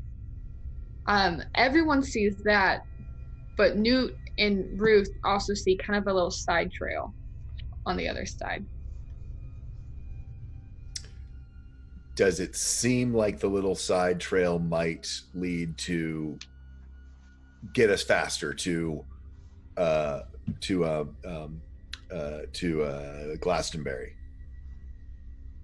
No, you don't have any idea where this thing is going because you see where you're supposed to continue on to is Right. a large trail that everyone sees. But yeah, so you walk up this like wells in the center of it, and on the other side is a continuing trail. Right. Newt, where does that trail go? Well, I don't know, but Well, isn't it on your map? This clearing should be on your map, right? clearing's not on the map. I'm assuming this is this well must be used for somebody. I'm assuming that small trail probably leads up to their house, but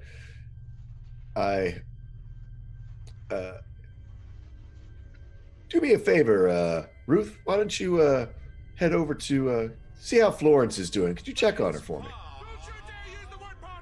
Oh, okay. I go over to Hazel. What's up? If there's people living in that house, we might want to get to where more people are. I agree. There's something not right here.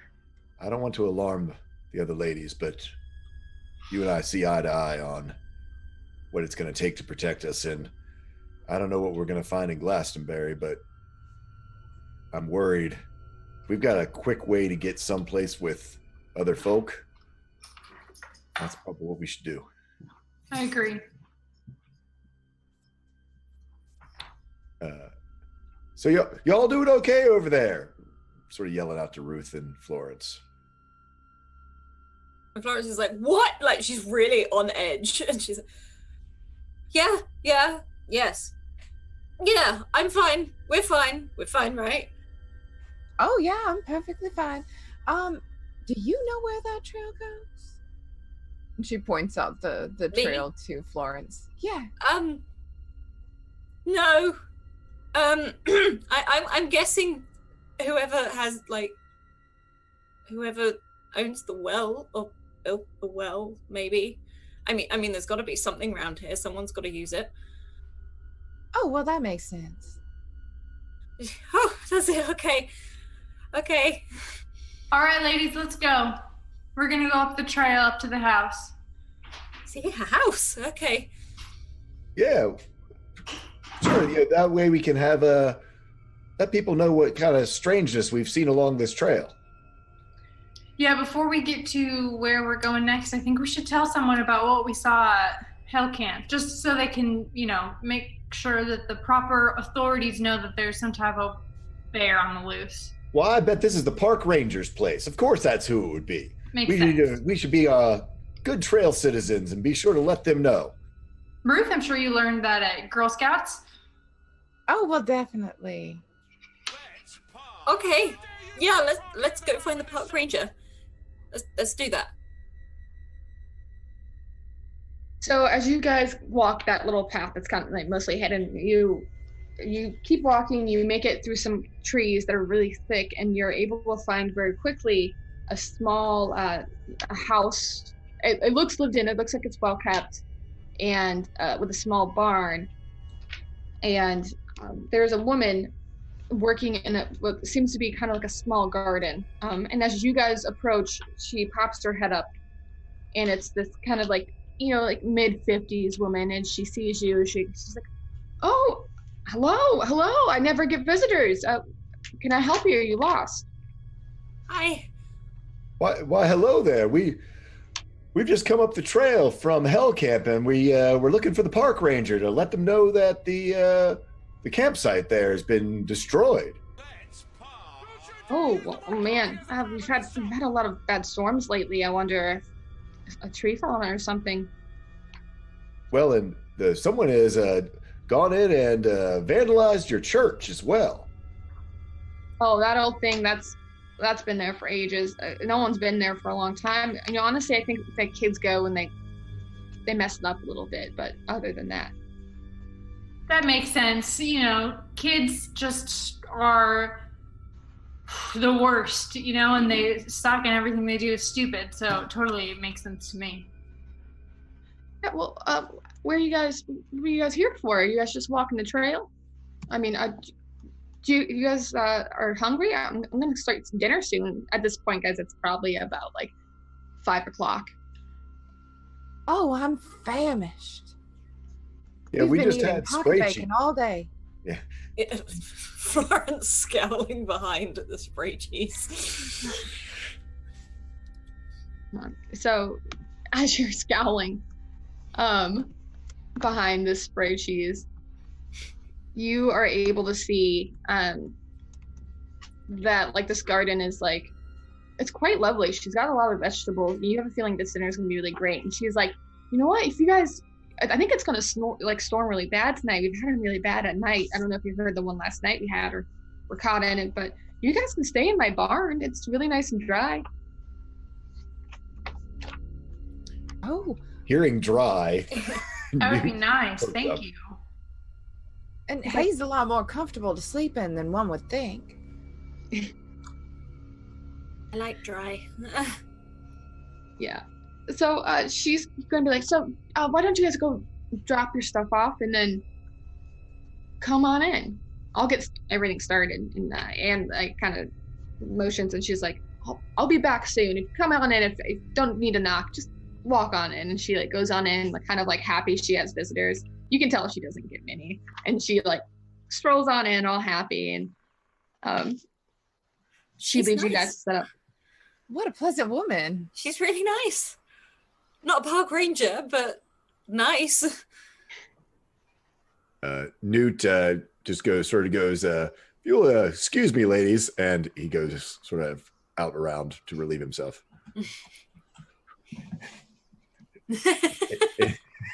Funny how that.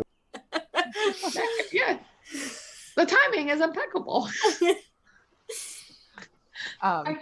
Yeah, I think I'll go in the house. Yeah, Or the Ruth is barn. going to go around to the barn Yeah. and check out the barn. Okay. Before dropping her stuff, she's going to actually like check around the barn too. Florence will probably Sure go it with looks her.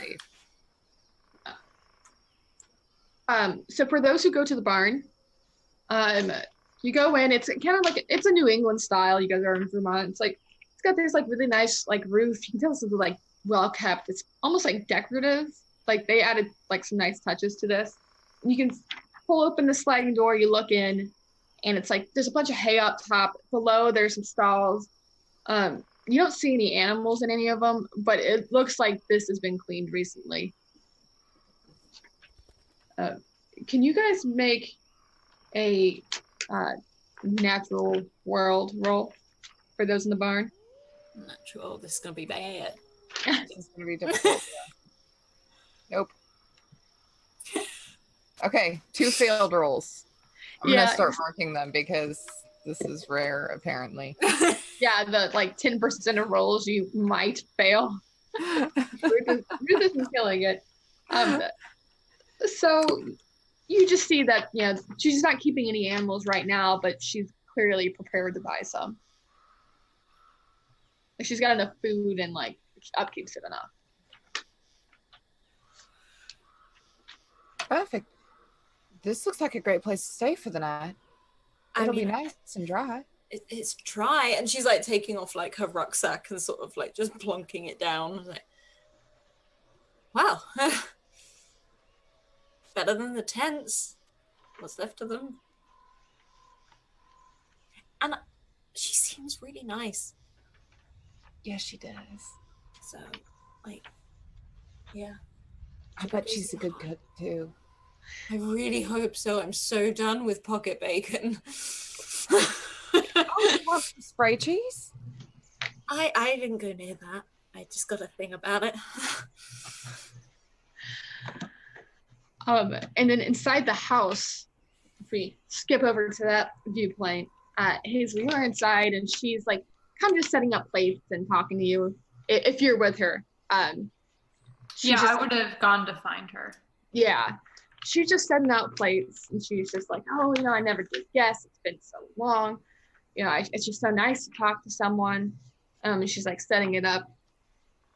Have you heard about anything strange happening around here? Well, you know, there's always some like, when we're in the woods, you hear some weird things sometimes. People sometimes kind of lose it a little bit. They say they see things. They say they hear things. You know, there's just a lot of creatures. It's what the wilderness is, right? So, no, I just really only see, like, every so often a bear will bumble out, and maybe some raccoons, some deer. What kind of rumors?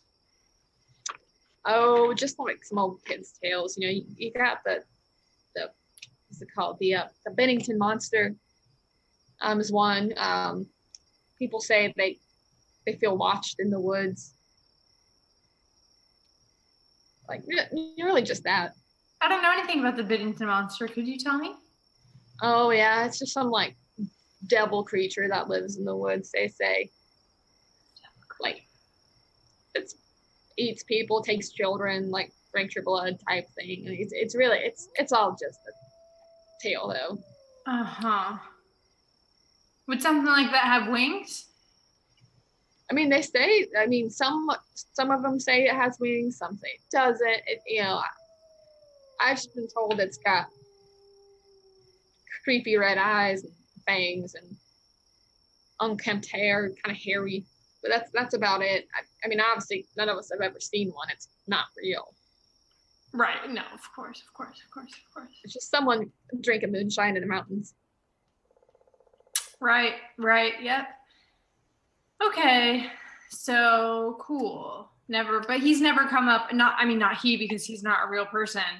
But if it were real, you haven't seen what could the monster that isn't real, that we know, right, that it isn't real. You haven't seen that fake monster here. You haven't seen him. He's not around. He doesn't come this far up the trail. And she's kind of like looking at you like,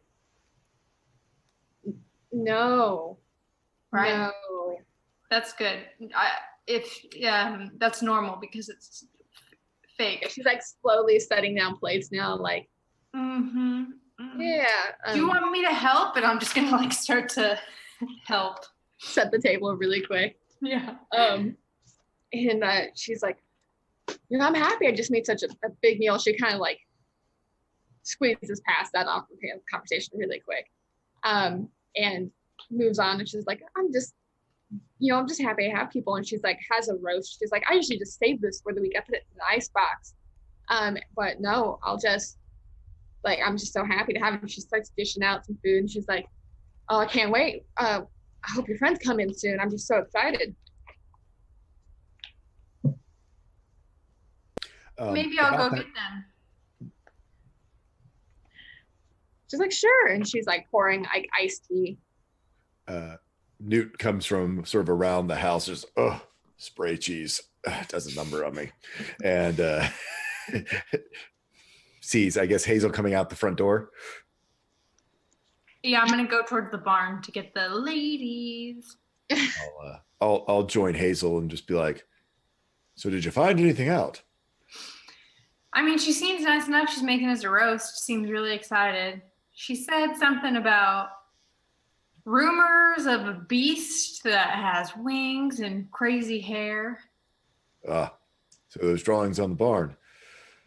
Same beast that Ruth had read about in the journal. I think so.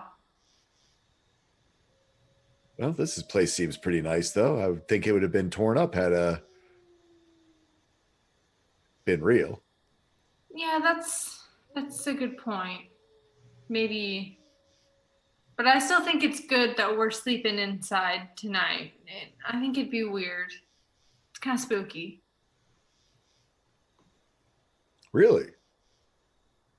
It's a little spooky. I mean, I know it's fake, but it's just, we've been walking and attacked by bees and raccoons, and then we found that big bear. We found the bear, and then there was a jaguar in the tree. It's just locked doors would be certainly welcome. Yeah. But whatever. Let's not worry about it. Let's just eat some roast. Well, I'm all about some roast. I'm ready to tuck in, that's for sure. I'll just go to the front of the barn and kind of holler for Florence and Ruth. And I'm just like, yeah, we're here. Come in. No, you come out. But it's so dry in here. It's so cozy. I know, but we're gonna go eat. She's making okay. a roast.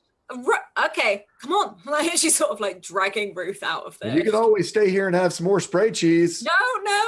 I'm definitely up for a roast. Then she sort of grabs Ruth and drags her out of the barn. Here we are. So we're gonna go for a roast? Yeah, the lady's cooking us a roast. Oh, thank God. And she just sort of heads off towards the house straight away. I'll follow. Newt's gonna try to get himself gussied up a little bit as he's been in wet clothes and that type of stuff. Just in general, going into someone's house for a roast dinner, his mama trained him right, because seeing as he's had soaking wet clothes, so he's gonna just see if he can like wring some stuff out, at least like make himself look a little bit more presentable. Okay. But not taking super long time. Okay, so you guys get inside the house. She like motions for everyone to sit. She's like, "Oh my gosh, it's just been so long. I have almost no one to talk to here. I mean, it's just not many people, and most people don't stop by the house. They just keep moving right on past the well." Well, I'll tell you, you're here with aspiring young actress and photographer for the big city, and we have our stunt double here because we're out here filming. Because I'm Newt Harvey, male pilot, starting to go into commercial aviation. It's the wave of the future, and he starts doing his pitch. Okay, Newt. I don't talk to the lady's ear off. She's Well, like, "Oh, sorry. Go ahead." You She said said you she don't has get- no one to talk to. And boy, I can certainly tell you some stories. And he starts talking about 536 mail runs. Ruth interjects and she says, "Well, you said you don't get many visitors, but it looks like your house isn't even on the map here. You should probably get that fixed." She looks at it like, if you have the map, and she kind of like looks over towards you like, "Oh, I guess that thing, I didn't really realize that thing existed, not to be honest. I've just been out here by myself for so long." What made you move out here? It's pretty remote. The peace and quiet. I mean, I know I'm complaining about the lack of visitors, but there is something about living in the woods and just hearing the birds and the bees and the bears and cougars. Sometimes there's some really cute raccoons that just skitter on by. Yeah, all And, those things are so cute and great. I was going to say we all frown at raccoons. Have we got the roast in front of us? Like, are we eating as well? Yeah. Okay. How good is it? Is it really good? Is she a good cook? It's pretty good. It's pretty good. She's definitely an accomplished cook. She's like, "Well, to be honest, I was expecting one guest tonight. I mean, you guys just happened to roll in. But they were just going to come for tea after dinner. Not that they really drink tea, I guess." And she's like, "I'll be right back." And you hear her kind of go out towards the front area, and she brings back this kind of weird, like, metal cylinder kind of thing. And she like kind of plops it like in front of an empty seat. And she's like, "Well, and she's like hooking up. She's like, they don't ever get to talk to anyone." She hooks up this kind of metal thing. It's kind of weird. It's weird, like auditory, like kind of like a system that she's hooking up. It's weird. You hear like some like crackles and stuff. And after getting it hooked up, you hear like a deep breath, and it's like, "Oh, gosh, you haven't hooked me up forever. I mean, seriously. I mean, you're just gonna leave me in here forever. I mean, you gotta talk to me sometime." And he's like, hear this like voice, "And like, what were you thinking? I mean, I know you were mad at me after the last conversation, but," and then it pauses. It's like, oh, do I hear guests? Do I hear, there's people? And it gets so excited. You hear this excited voice. "I never get to talk to anyone. All I have is Anne. Oh my gosh, I'm so happy. Please tell me about yourselves. Tell me what is going on in the world now." Is Where's that this one of voice those coming newfangled shortwave radios like I have in my plane? It's like, "I don't know what a radio is, but no, my name is looking up the name really quick. It's my name is Jeff. I just your average brain in a can." Like, Flora Like she's in slowly a puts can? her potato down. Like, she's just like puts her cutlery down, like, right. Hi, Jeff. Like, really, like, looking at the others, like, Jeff. Ruth starts looking under the table and like into the corners of the room looking for someone throwing their voice or something. So Anne's like, I think it was a good time to bring Jeff out because I feel like he'd do a better job at explaining this to you. You're in a bit of a situation. How do I say this? She likes the smell of you. I don't think you're gonna make it out of here. What? Jeff, hello. Who likes the smell of us? Jeff, like, kind of hear the voice kind of crackle out again. It's like, Anne's referring to her creature in the well. I hate to break it to you guys. You're not gonna be able to make it past. I really wish I could give you better news, but she's gonna need at least one of you.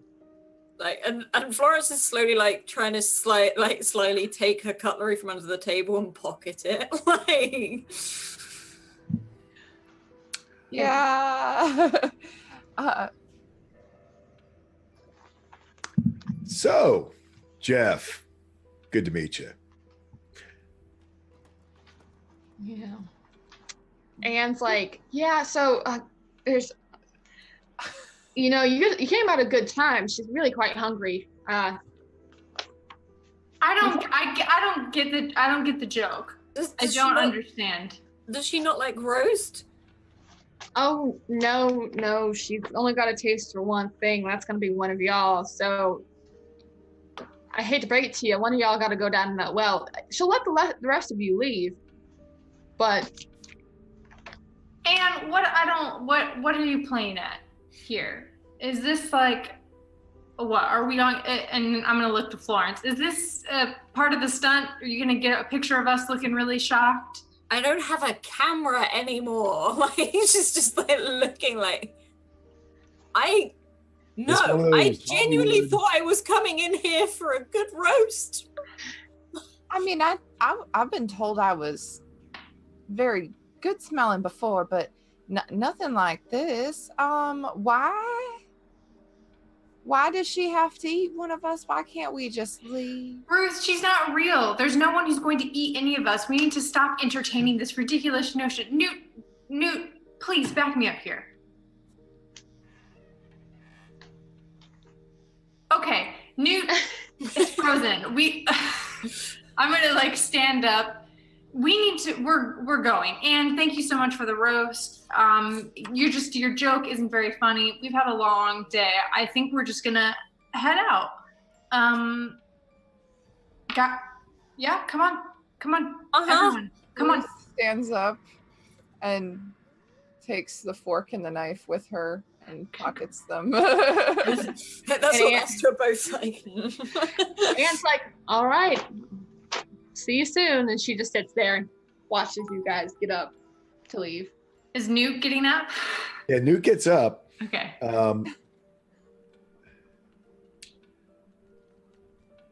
Oh God. Newt looks over at Anne because I'm still sitting at the table, and grabs Jeff and starts running towards the door. No, Newt, put the thing down. Run! Like, Florence just takes it as an action to go and burst up. Yeah. Well, I figure if this is their only company, maybe she can talk her little friend from eating one of us. So if you guys are like running out of the house, are you guys trying to continue on the trail? Like out? Yeah, try to get back to the main trail. Yeah, for sure. Ruth would go and grab her stuff from the barn, though. No, I think I'm gonna stop you from doing Florence that. would not. Florence is in her hat, her trousers, shirt, and has like a butter knife. All my stuff is wet, so he doesn't have any problem. He's got his gun in one hand and Jeff in the jar in the other. Okay, so then as you guys as Ruth gets stopped and you guys are rushing along, you make it to the path and Jeff's like, oh God, oh, I'm really happy you took me, but this is gonna work out too well. And he's like, okay, you can try to run. And as you guys like try to make it, you run in circles, you follow this path, you put all this energy in, and then you make it And you find yourself back at the well. And Anne stands there like, I told you she likes you. I'm gonna pull out my gun and I'm gonna shoot Anne. Well, No, I'm now- not gonna shoot her. I'm just gonna point it at her. This is not okay. Like, I'm gonna point it at her and be like, listen, I don't know what you want. We just want to leave. And I don't want to have to hurt you, but you need to get out of our way. She's like, this isn't gonna work. Like, try it if you want. And she like kind of walks over the well and she starts sliding off the lid. And Florence, Stop. Put the thing back on I'm just motioning with the gun. Put the thing back on the Like, well. still moving it out. She's like, and you hear Jeff as like kind of move as you're holding him. Jeff's like, get back to the house. Get back to the house. There's a protection on the house. And he's like, everyone can hear a slight crackle, but Newt, you can hear what? Jeff says we should. No, I don't yell at that. I'll just like, I start retreating back up. I don't know about you, but Newt Harvey knows when to hop in his plane and skedaddle. Back to the house, everyone. Back to the house. And start running back up the path. okay, and she'll probably, if there's another stick again, like Florence will pick that up again if there's just anything by the pathway. And if you guys are, who's trying to make it back to the house, who's staying? If I see that everyone else is House. pulling out behind me, then I'm gonna Yeah, start kind of like running cover back. our retreat. Okay, But as I'm running, I want to be like looking over my shoulder. yeah, what you see is, as you're looking over your shoulder, everyone's running.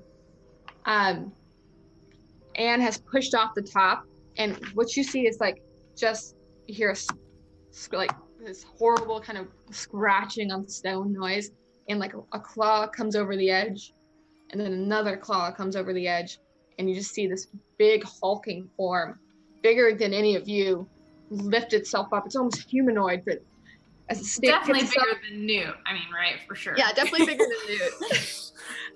It stands on the edge, it gets itself up, and all of a sudden its wings just, and you just hear this whipping of wind. Oh god. I'm gonna turn around and like start pushing forward and like put my hands on Ruth back and be like, all right, go. And you see it launch itself towards you guys. Ah! It's like flying at you. And you guys are running, and you're like, it's because it's not too far. You see the house, but you also hear this noise behind you.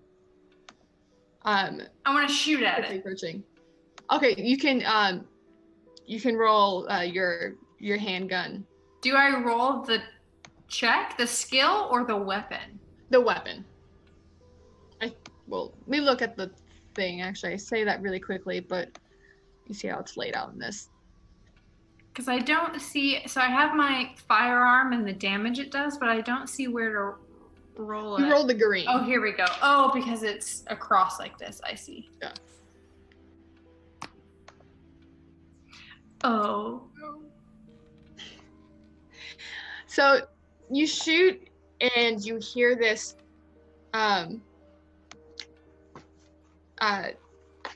this horrible like noise. I can't do it, guys. You know I can't. It's the cougar! Run!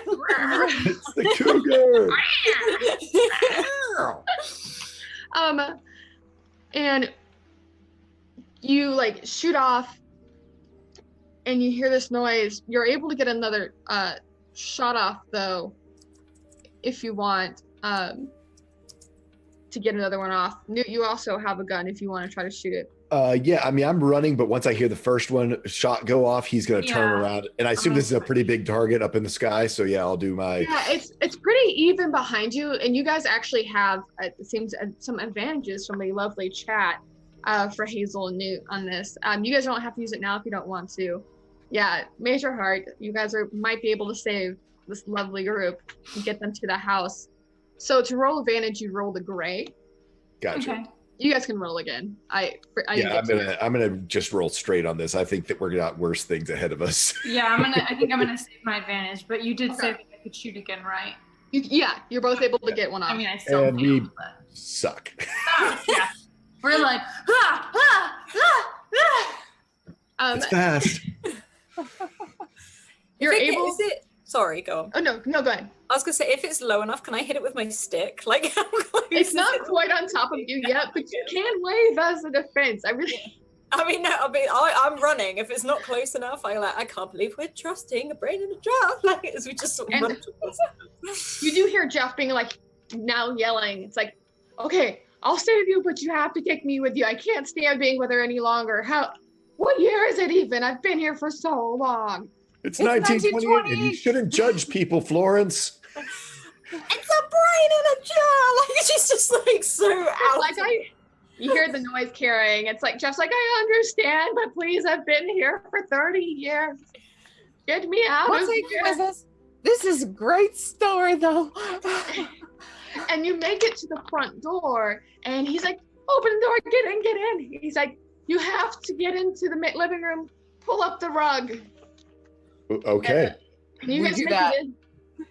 You make it inside the house, but you hear this huge crash against the door after you shut it, and it's like halfway broken off the hinge. And you hear that screeching noise. Again, almost cougar-like. Not able to recreate it. This weird noise. Yeah. There's so many cougars in this place.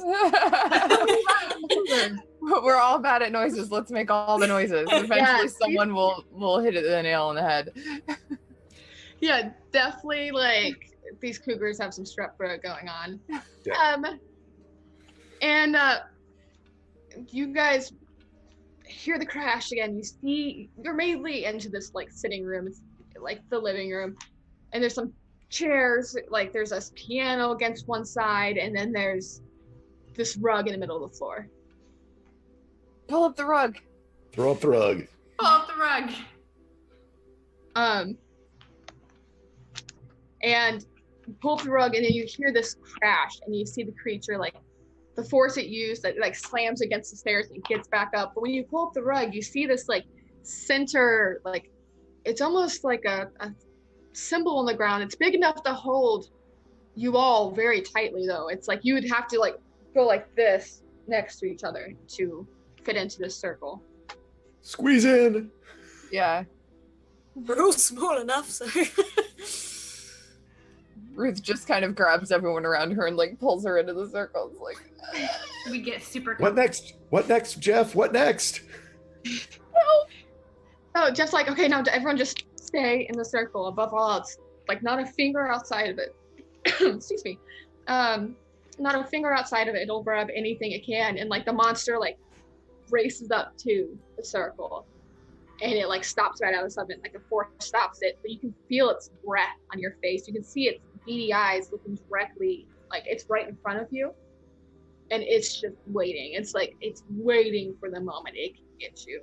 Its breath smells almost like fish heads and rot, like just breathing into your face. Like it's this awful warm breath hitting you, and you look closer at it now. It's very like, it's humanoid. It's covered in like a light layer of dark coarse hair. Its fangs are yellow, like sticking over its jowls, and its wings are this like leathery bat-like wings, and it just takes deep breaths over and over again, and it's waiting, but you hear these footsteps.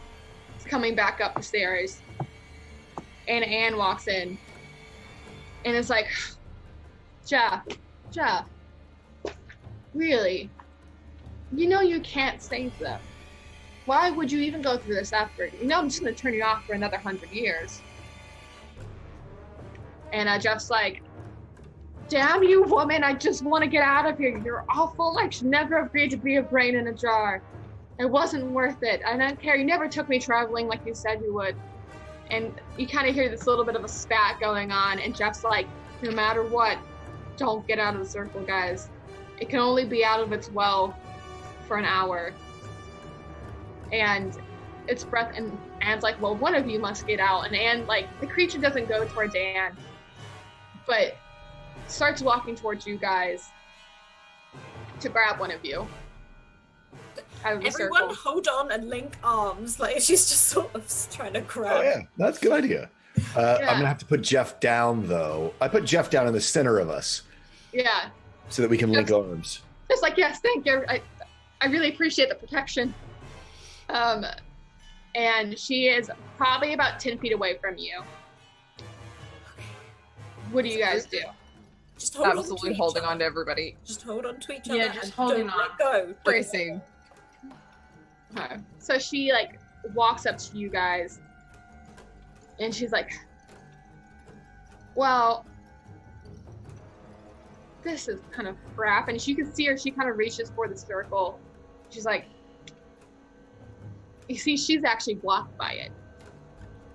And she's like, crap, I forgot I made a no entrance once entered. She's like thinking for a moment. She's looking around. She's like, and she sees her piano against the wall. And she starts like, well, okay. And she like starts like scraping it against where you're just like scraping on the ground. She's like, somehow someone is making it out of the circle. And she's like dragging it over and she starts trying to push it towards you guys to knock you out of the circle. And she's shoving and you start to feel this force push against you guys. The piano is able to make it across Ooh. the circle. It's one woman pushing a piano, but she's really trying to get you out. So if you guys want to make, Can we I push would back? Yeah, you can push back. Part of it's in the circle. Like, or so like deflect it away. yeah, like Ruth, you're kind of like on one edge of the circle. Like you're all around it, but the way it's pushing against Newt. But you're on the other side. You're almost getting pushed out. The monster like pulls over to you. Yeah, Newt will try to push back. Yeah, I'm gonna try and push back as well. And Florence will Just be like trying to leaning tuck, my like, body in towards Newt. Say, Okay, and like guess we're Florence will be holding trying to tuck like Ruth back in, like just keep upright, like trying to squish. Yeah. Okay. So is that strength? Yeah, so those who are using their strength to hold on to everyone, make a strength check for me. Oh no. And for those who are trying to just kind of like move with it and kind of like reflect, like, you know, the movement, go ahead and Can I use my advantage? you can Roll use your again. advantage.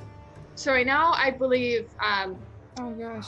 So a couple of you I have guess- advantage, and you guys are all working together. So it won't be an utter fail if someone does fail. So then those who feel like they're Oh no. this is when you Oh my this is when god. I fail. 2 and 2. Yeah, you can also, if someone wanted to use Dex, you can use Dex as well as like a Text. Can reflect. I also use that, please? Oh, Ah! oh my god! There it is. Okay. So you guys are holding on for dear life. She's like, dear God, and she's like pushing and shoving, and she turns and she goes, looks at the monster, and she's like, well, are you going to shove? And it kind of like turns away from you, Ruth, where it was breathing on your face prior, and it kind of goes over to it, and it's like doesn't quite understand what's being asked As of it. it's hesitating, I want to aim my gun and try and shoot her in the head. Okay, you can do And that. she's not like pushing She's right not, yeah, and she's not quite paying attention to you because she's like trying to motion to the monster to do. So I this. like wiggle like my arm between like Newt's body, and you just see like my gun like poking out. And I'm like, sorry, Newt. Okay, go ahead and take your Oh, shot. Yeah! Oh my! Oh, I just screamed into it, so I ripped it out really quick. Yes! So good. Oh my God! How? That is awesome. The best time. Sorry, guys. I got very excited and I screamed into your ears.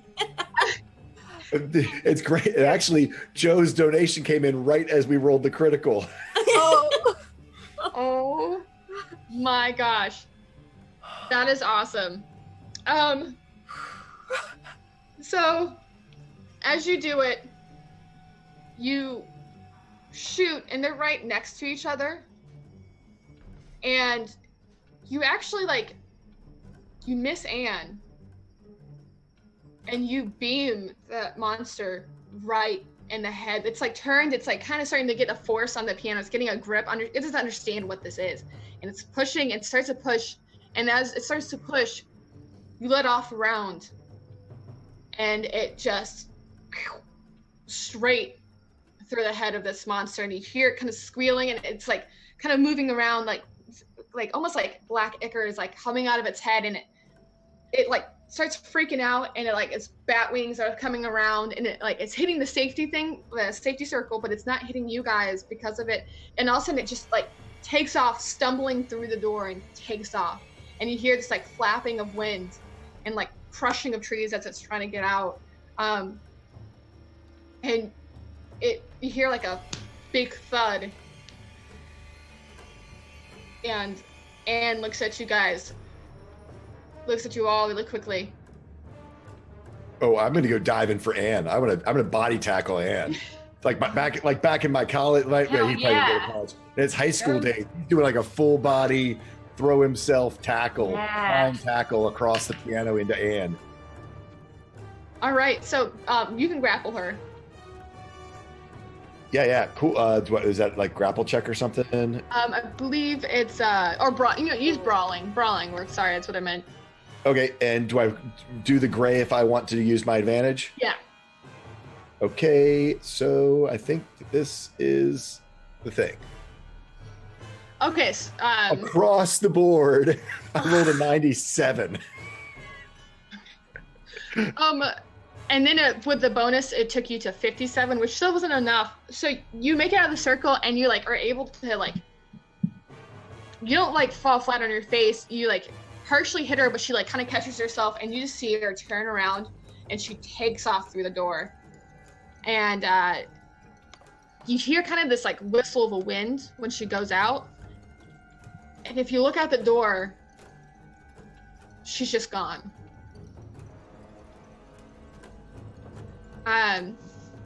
Well, I scared her right off, I did. Trying to hide the fact that he like slid off the top of the table and fumbled and probably twisted his ankle in his lifted hiking boots. Newt Harvey. Ruth kind of just falls to the ground in the middle of the circle and is just shaking. She's just completely... Florence is kind of koala beared around Ruth where she was trying to keep her in the circle, but hasn't left that position. So, because she's still like, I'm not leaving the circle. Yeah, no. Jeff, did we kill him? Is it possible to kill him? The thing, whatever that thing is? And you hear like the crackly voice. Well, I didn't think it'd be possible. I don't know if you killed him, but I don't think he's coming around anytime soon. We need to get out of here right now. What was that thing?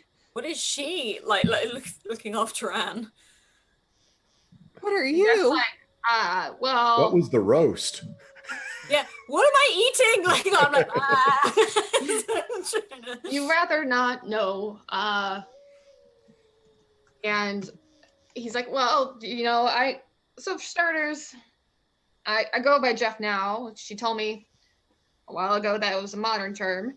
I'm Jeffrey. I agreed to be a brain to travel. I was very ill and I wanted to see the rest of the world, and she lied to me. She kept me in here and she only used me when she wanted company. And I don't know what she quite was. She wasn't quite human anymore. She's been around for a long time. But I know that monster was her friend. They've been together for a while, is my understanding. She would bring in people every so often for a gift, but otherwise, the monster accepted pigs mostly. But other than that, like, I don't really know anything. She's just kept me here for so long. Please take me with you. Don't leave me here. I'll be alone forever. Well, Jeffrey, do I have an offer for you? Let me tell you about this new thing that we're doing of commercial aviation, flying people instead of just mail across the country. Oh my God. You can be my co-pilot. And he said, great, now I'm telling you, you can make it out now. And you guys, as you go out into the world, you make it back. Do you guys tell anyone of your happenings? The entire way Florence is walking back, she's like, can't believe I didn't get any photos. I can't believe I didn't catch on camera. Like, I mean, the one time I needed a break, I needed this one story. And like, she's mumbling to herself. She's just like, oh my God. I don't think I'm going to tell anyone. No. Yeah, Newt's gonna, pretend like, work with Jeffrey to like make Jeffrey in a jar, as though it's like some newfangled, talking navigation tool. Not that it's actually a brain in a jar. It was your invention.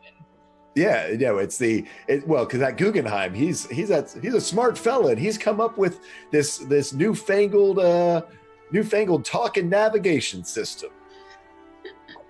Be equipped in all of the new airlines to take people around. Well, but no, yeah, he doesn't. He keeps it a secret. Jeff is like, recommends that you guys don't tell anyone. He's like, in fact, if you ever come back here, you won't find this house again. I'm sure it'll be gone. Oh, I'm never going back there. And I think I'm done hiking and camping and being in the wild for a long time. Very fair. And with that, you guys have survived your camping trip. You have made it out. Raccoon the same way again. Yeah. That is our game. You guys have made it out. No one has died. The beast did not get Florence. Yeah. Jeff's new first question for anyone that he dates is, so were you a Girl Scout?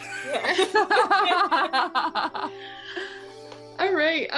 So if we could, just as a little bit of a wrap up, go around, introduce ourselves again, say where you can be found, and kind of give a who, what, where, and give your favorite moment of this game. So Alice, would you mind if we start with you? Yeah, no, that's absolutely fine. I am White Rabbit Pick on Twitter, and I loved this game. I love Call of Cthulhu. This is only my second sort of game of it that I've ever played, and I love it more and more each time. I thought all the characters were brilliant. I loved that Newt was so full of himself but so short at the same time and didn't really know what was going on about, and that Hazel saw through this. Like, Hazel was like, it's okay, I've got this. And Ruth's rolls, what the hell? Like, what? I failed basically everything, and then there's Ruth, like... I have a theory. Yeah. I'll go over this in a minute. I really loved this. I felt incredibly bad for my character because she lost her camera, she got attacked by bees, she fell in mud, just everything went wrong for her. But I really like this group. It was really awesome, so thank you. Right, and that takes us to Eris. I am Eris Savad. I make dice trays and dice bags and stuff, and play a lot of different games. And I just have to say, Newt is probably my favorite character that I've played with this entire week. It was absolutely fantastic. This was my first Call of Cthulhu game, and while the character creation process was a little confusing for me, because I had dead brain when I was doing it. I had so much fun. This was an absolute blast and a great way to start a Saturday morning. Can I just say, that was great. If you want to find me, you can go to Twitter and go to @ErisSavad right up there, or erissavad.com, and I'll be there. You can find what I'm doing there. It's fun. Sweet. Yeah. And then we find ourselves at Heavenly. Hello, I'm Heavenly. I'm at @Tiz_aliens on Twitter. This game was so much fun. I have to just a second and third that I think Newt was such a fantastic character. I really loved him. I especially like that you were able to allow the women to be stronger than you in appropriate parts, but not without sacrificing kind of that fragile masculinity vibe that you were going for. I think you did a really, really good job, and I really loved it. And I just think I love the image just mentally just picturesquely of all of us failing and Ruth succeeding at everything, but only like accidentally and never through like any real skill, but just like totally kicking the raccoon off, being the only one who can run really fast. It's because I always run. I have a consistently roll low thing, but in this system, that's a good thing. That's a good thing. That's true. That makes sense. Normally, I just embrace the chaos and just roll with it. Just like, okay, so this is how I spectacularly fail. Yeah. And now I can be like, oh yeah, she just completely dumb luck succeeds. She just kicks the raccoon. Like, It was great. It was fantastic. And Paige, you did such an amazing job as the DM. This was such a fun. So this is my first time playing Call of Cthulhu, and so I was really excited. I loved the like spooky, ominous camping vibe. It was just fantastic. Yeah, I don't know if I'll go camping after this for a while. Yeah. That brings us to Tall Squall. I'm Tall Squall. You can find me at Tall Squall all over. The best place to find me is on my Twitter. That's where I do most of my stuff, where I retweet lots of art, and there's a pinned post with all the other fun stuff that I'm in. It's my first Call of Cthulhu game as well. I had a blast. This is a fun system to be able to play with. So that was interesting. I gotta tell you, I like the fact how easy it is to put to work the roles into a game. I do find sometimes in D&D that the roles can be a bit disruptive, whereas this was such a natural of just this. The whole idea of that percentage success, I just really I'm digging it. I've not done it before, and I thought that was cool. I'd say I probably had two favorite moments. One's just the fact that Ruth was, sort of this. I kind of like had this idea that, to me, it was like she's this farm girl that really is very, very adept, but then because of the 20s is sort of acting like the sort of bombshell starlet, but when it comes right down to it, no, she's a badass. She's a badass in an evening dress, and even though I know she was in camping gear, to me she was basically in like a sequined gown the whole time and still kicking ass. The other part I think was I loved when Heavenly and Hazel completely shut Newt's whole thing about to say, but I'm going to be on camera, so I need to get in the other tent, and just completely shut it down. And it was like, I totally see him sulking as he went to wrap himself up into his tarp and sitting out in the rain by the campfire. But he did make the ladies coffee in the morning because his mama raised him right. And that was really nice. Yeah.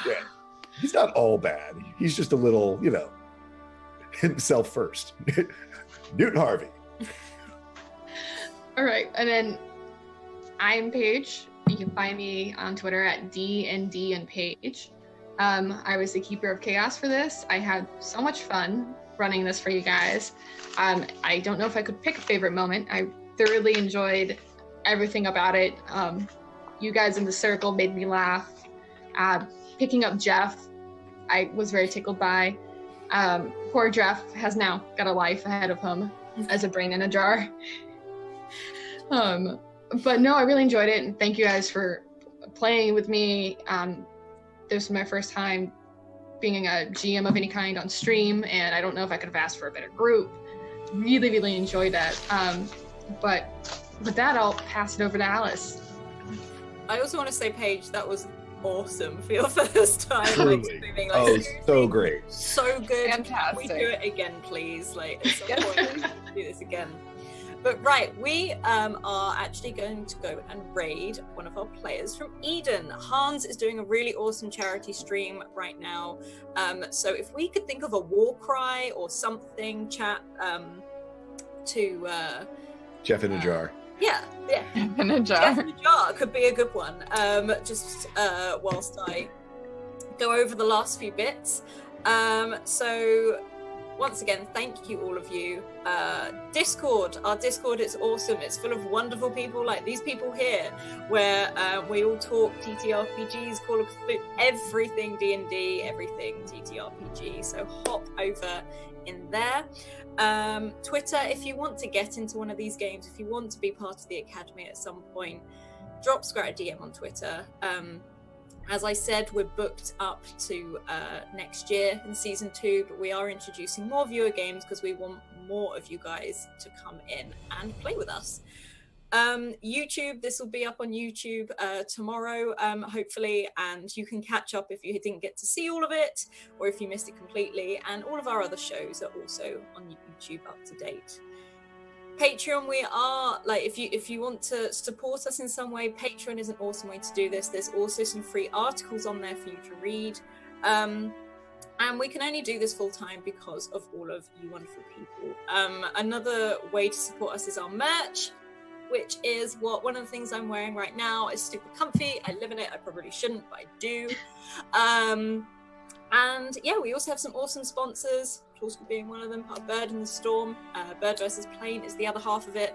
They do some awesome stuff, and check out, they have some awesome merch as well, which is a mug, which I think Toolschool is currently drinking from. It's a mug the size of my head, so that's what I normally drink. Bigger than my arm. It's massive, and I love it. And also they do t-shirts as well, which is really awesome. We also have our other sponsor is the wonderful Mage Hand Press, who is has created the Dark Matter D&D 5e in space. It's awesome, and they released the alpha on Thursday. Yeah, I think that's it. So thank you guys so much. Thank you to this group. Thank you to chat. We're going to go and raid Hans. So send the hype over there with Jeff in a jar. Let him know where you came. He's doing it for an awesome cause. It's an awesome charity stream. And we'll be back later with, I think we've got 3 more games yet. So hopefully we'll see you guys later and have some giveaways. And keep evoking emotions, and we will see you then. Okay? Bye. Bye.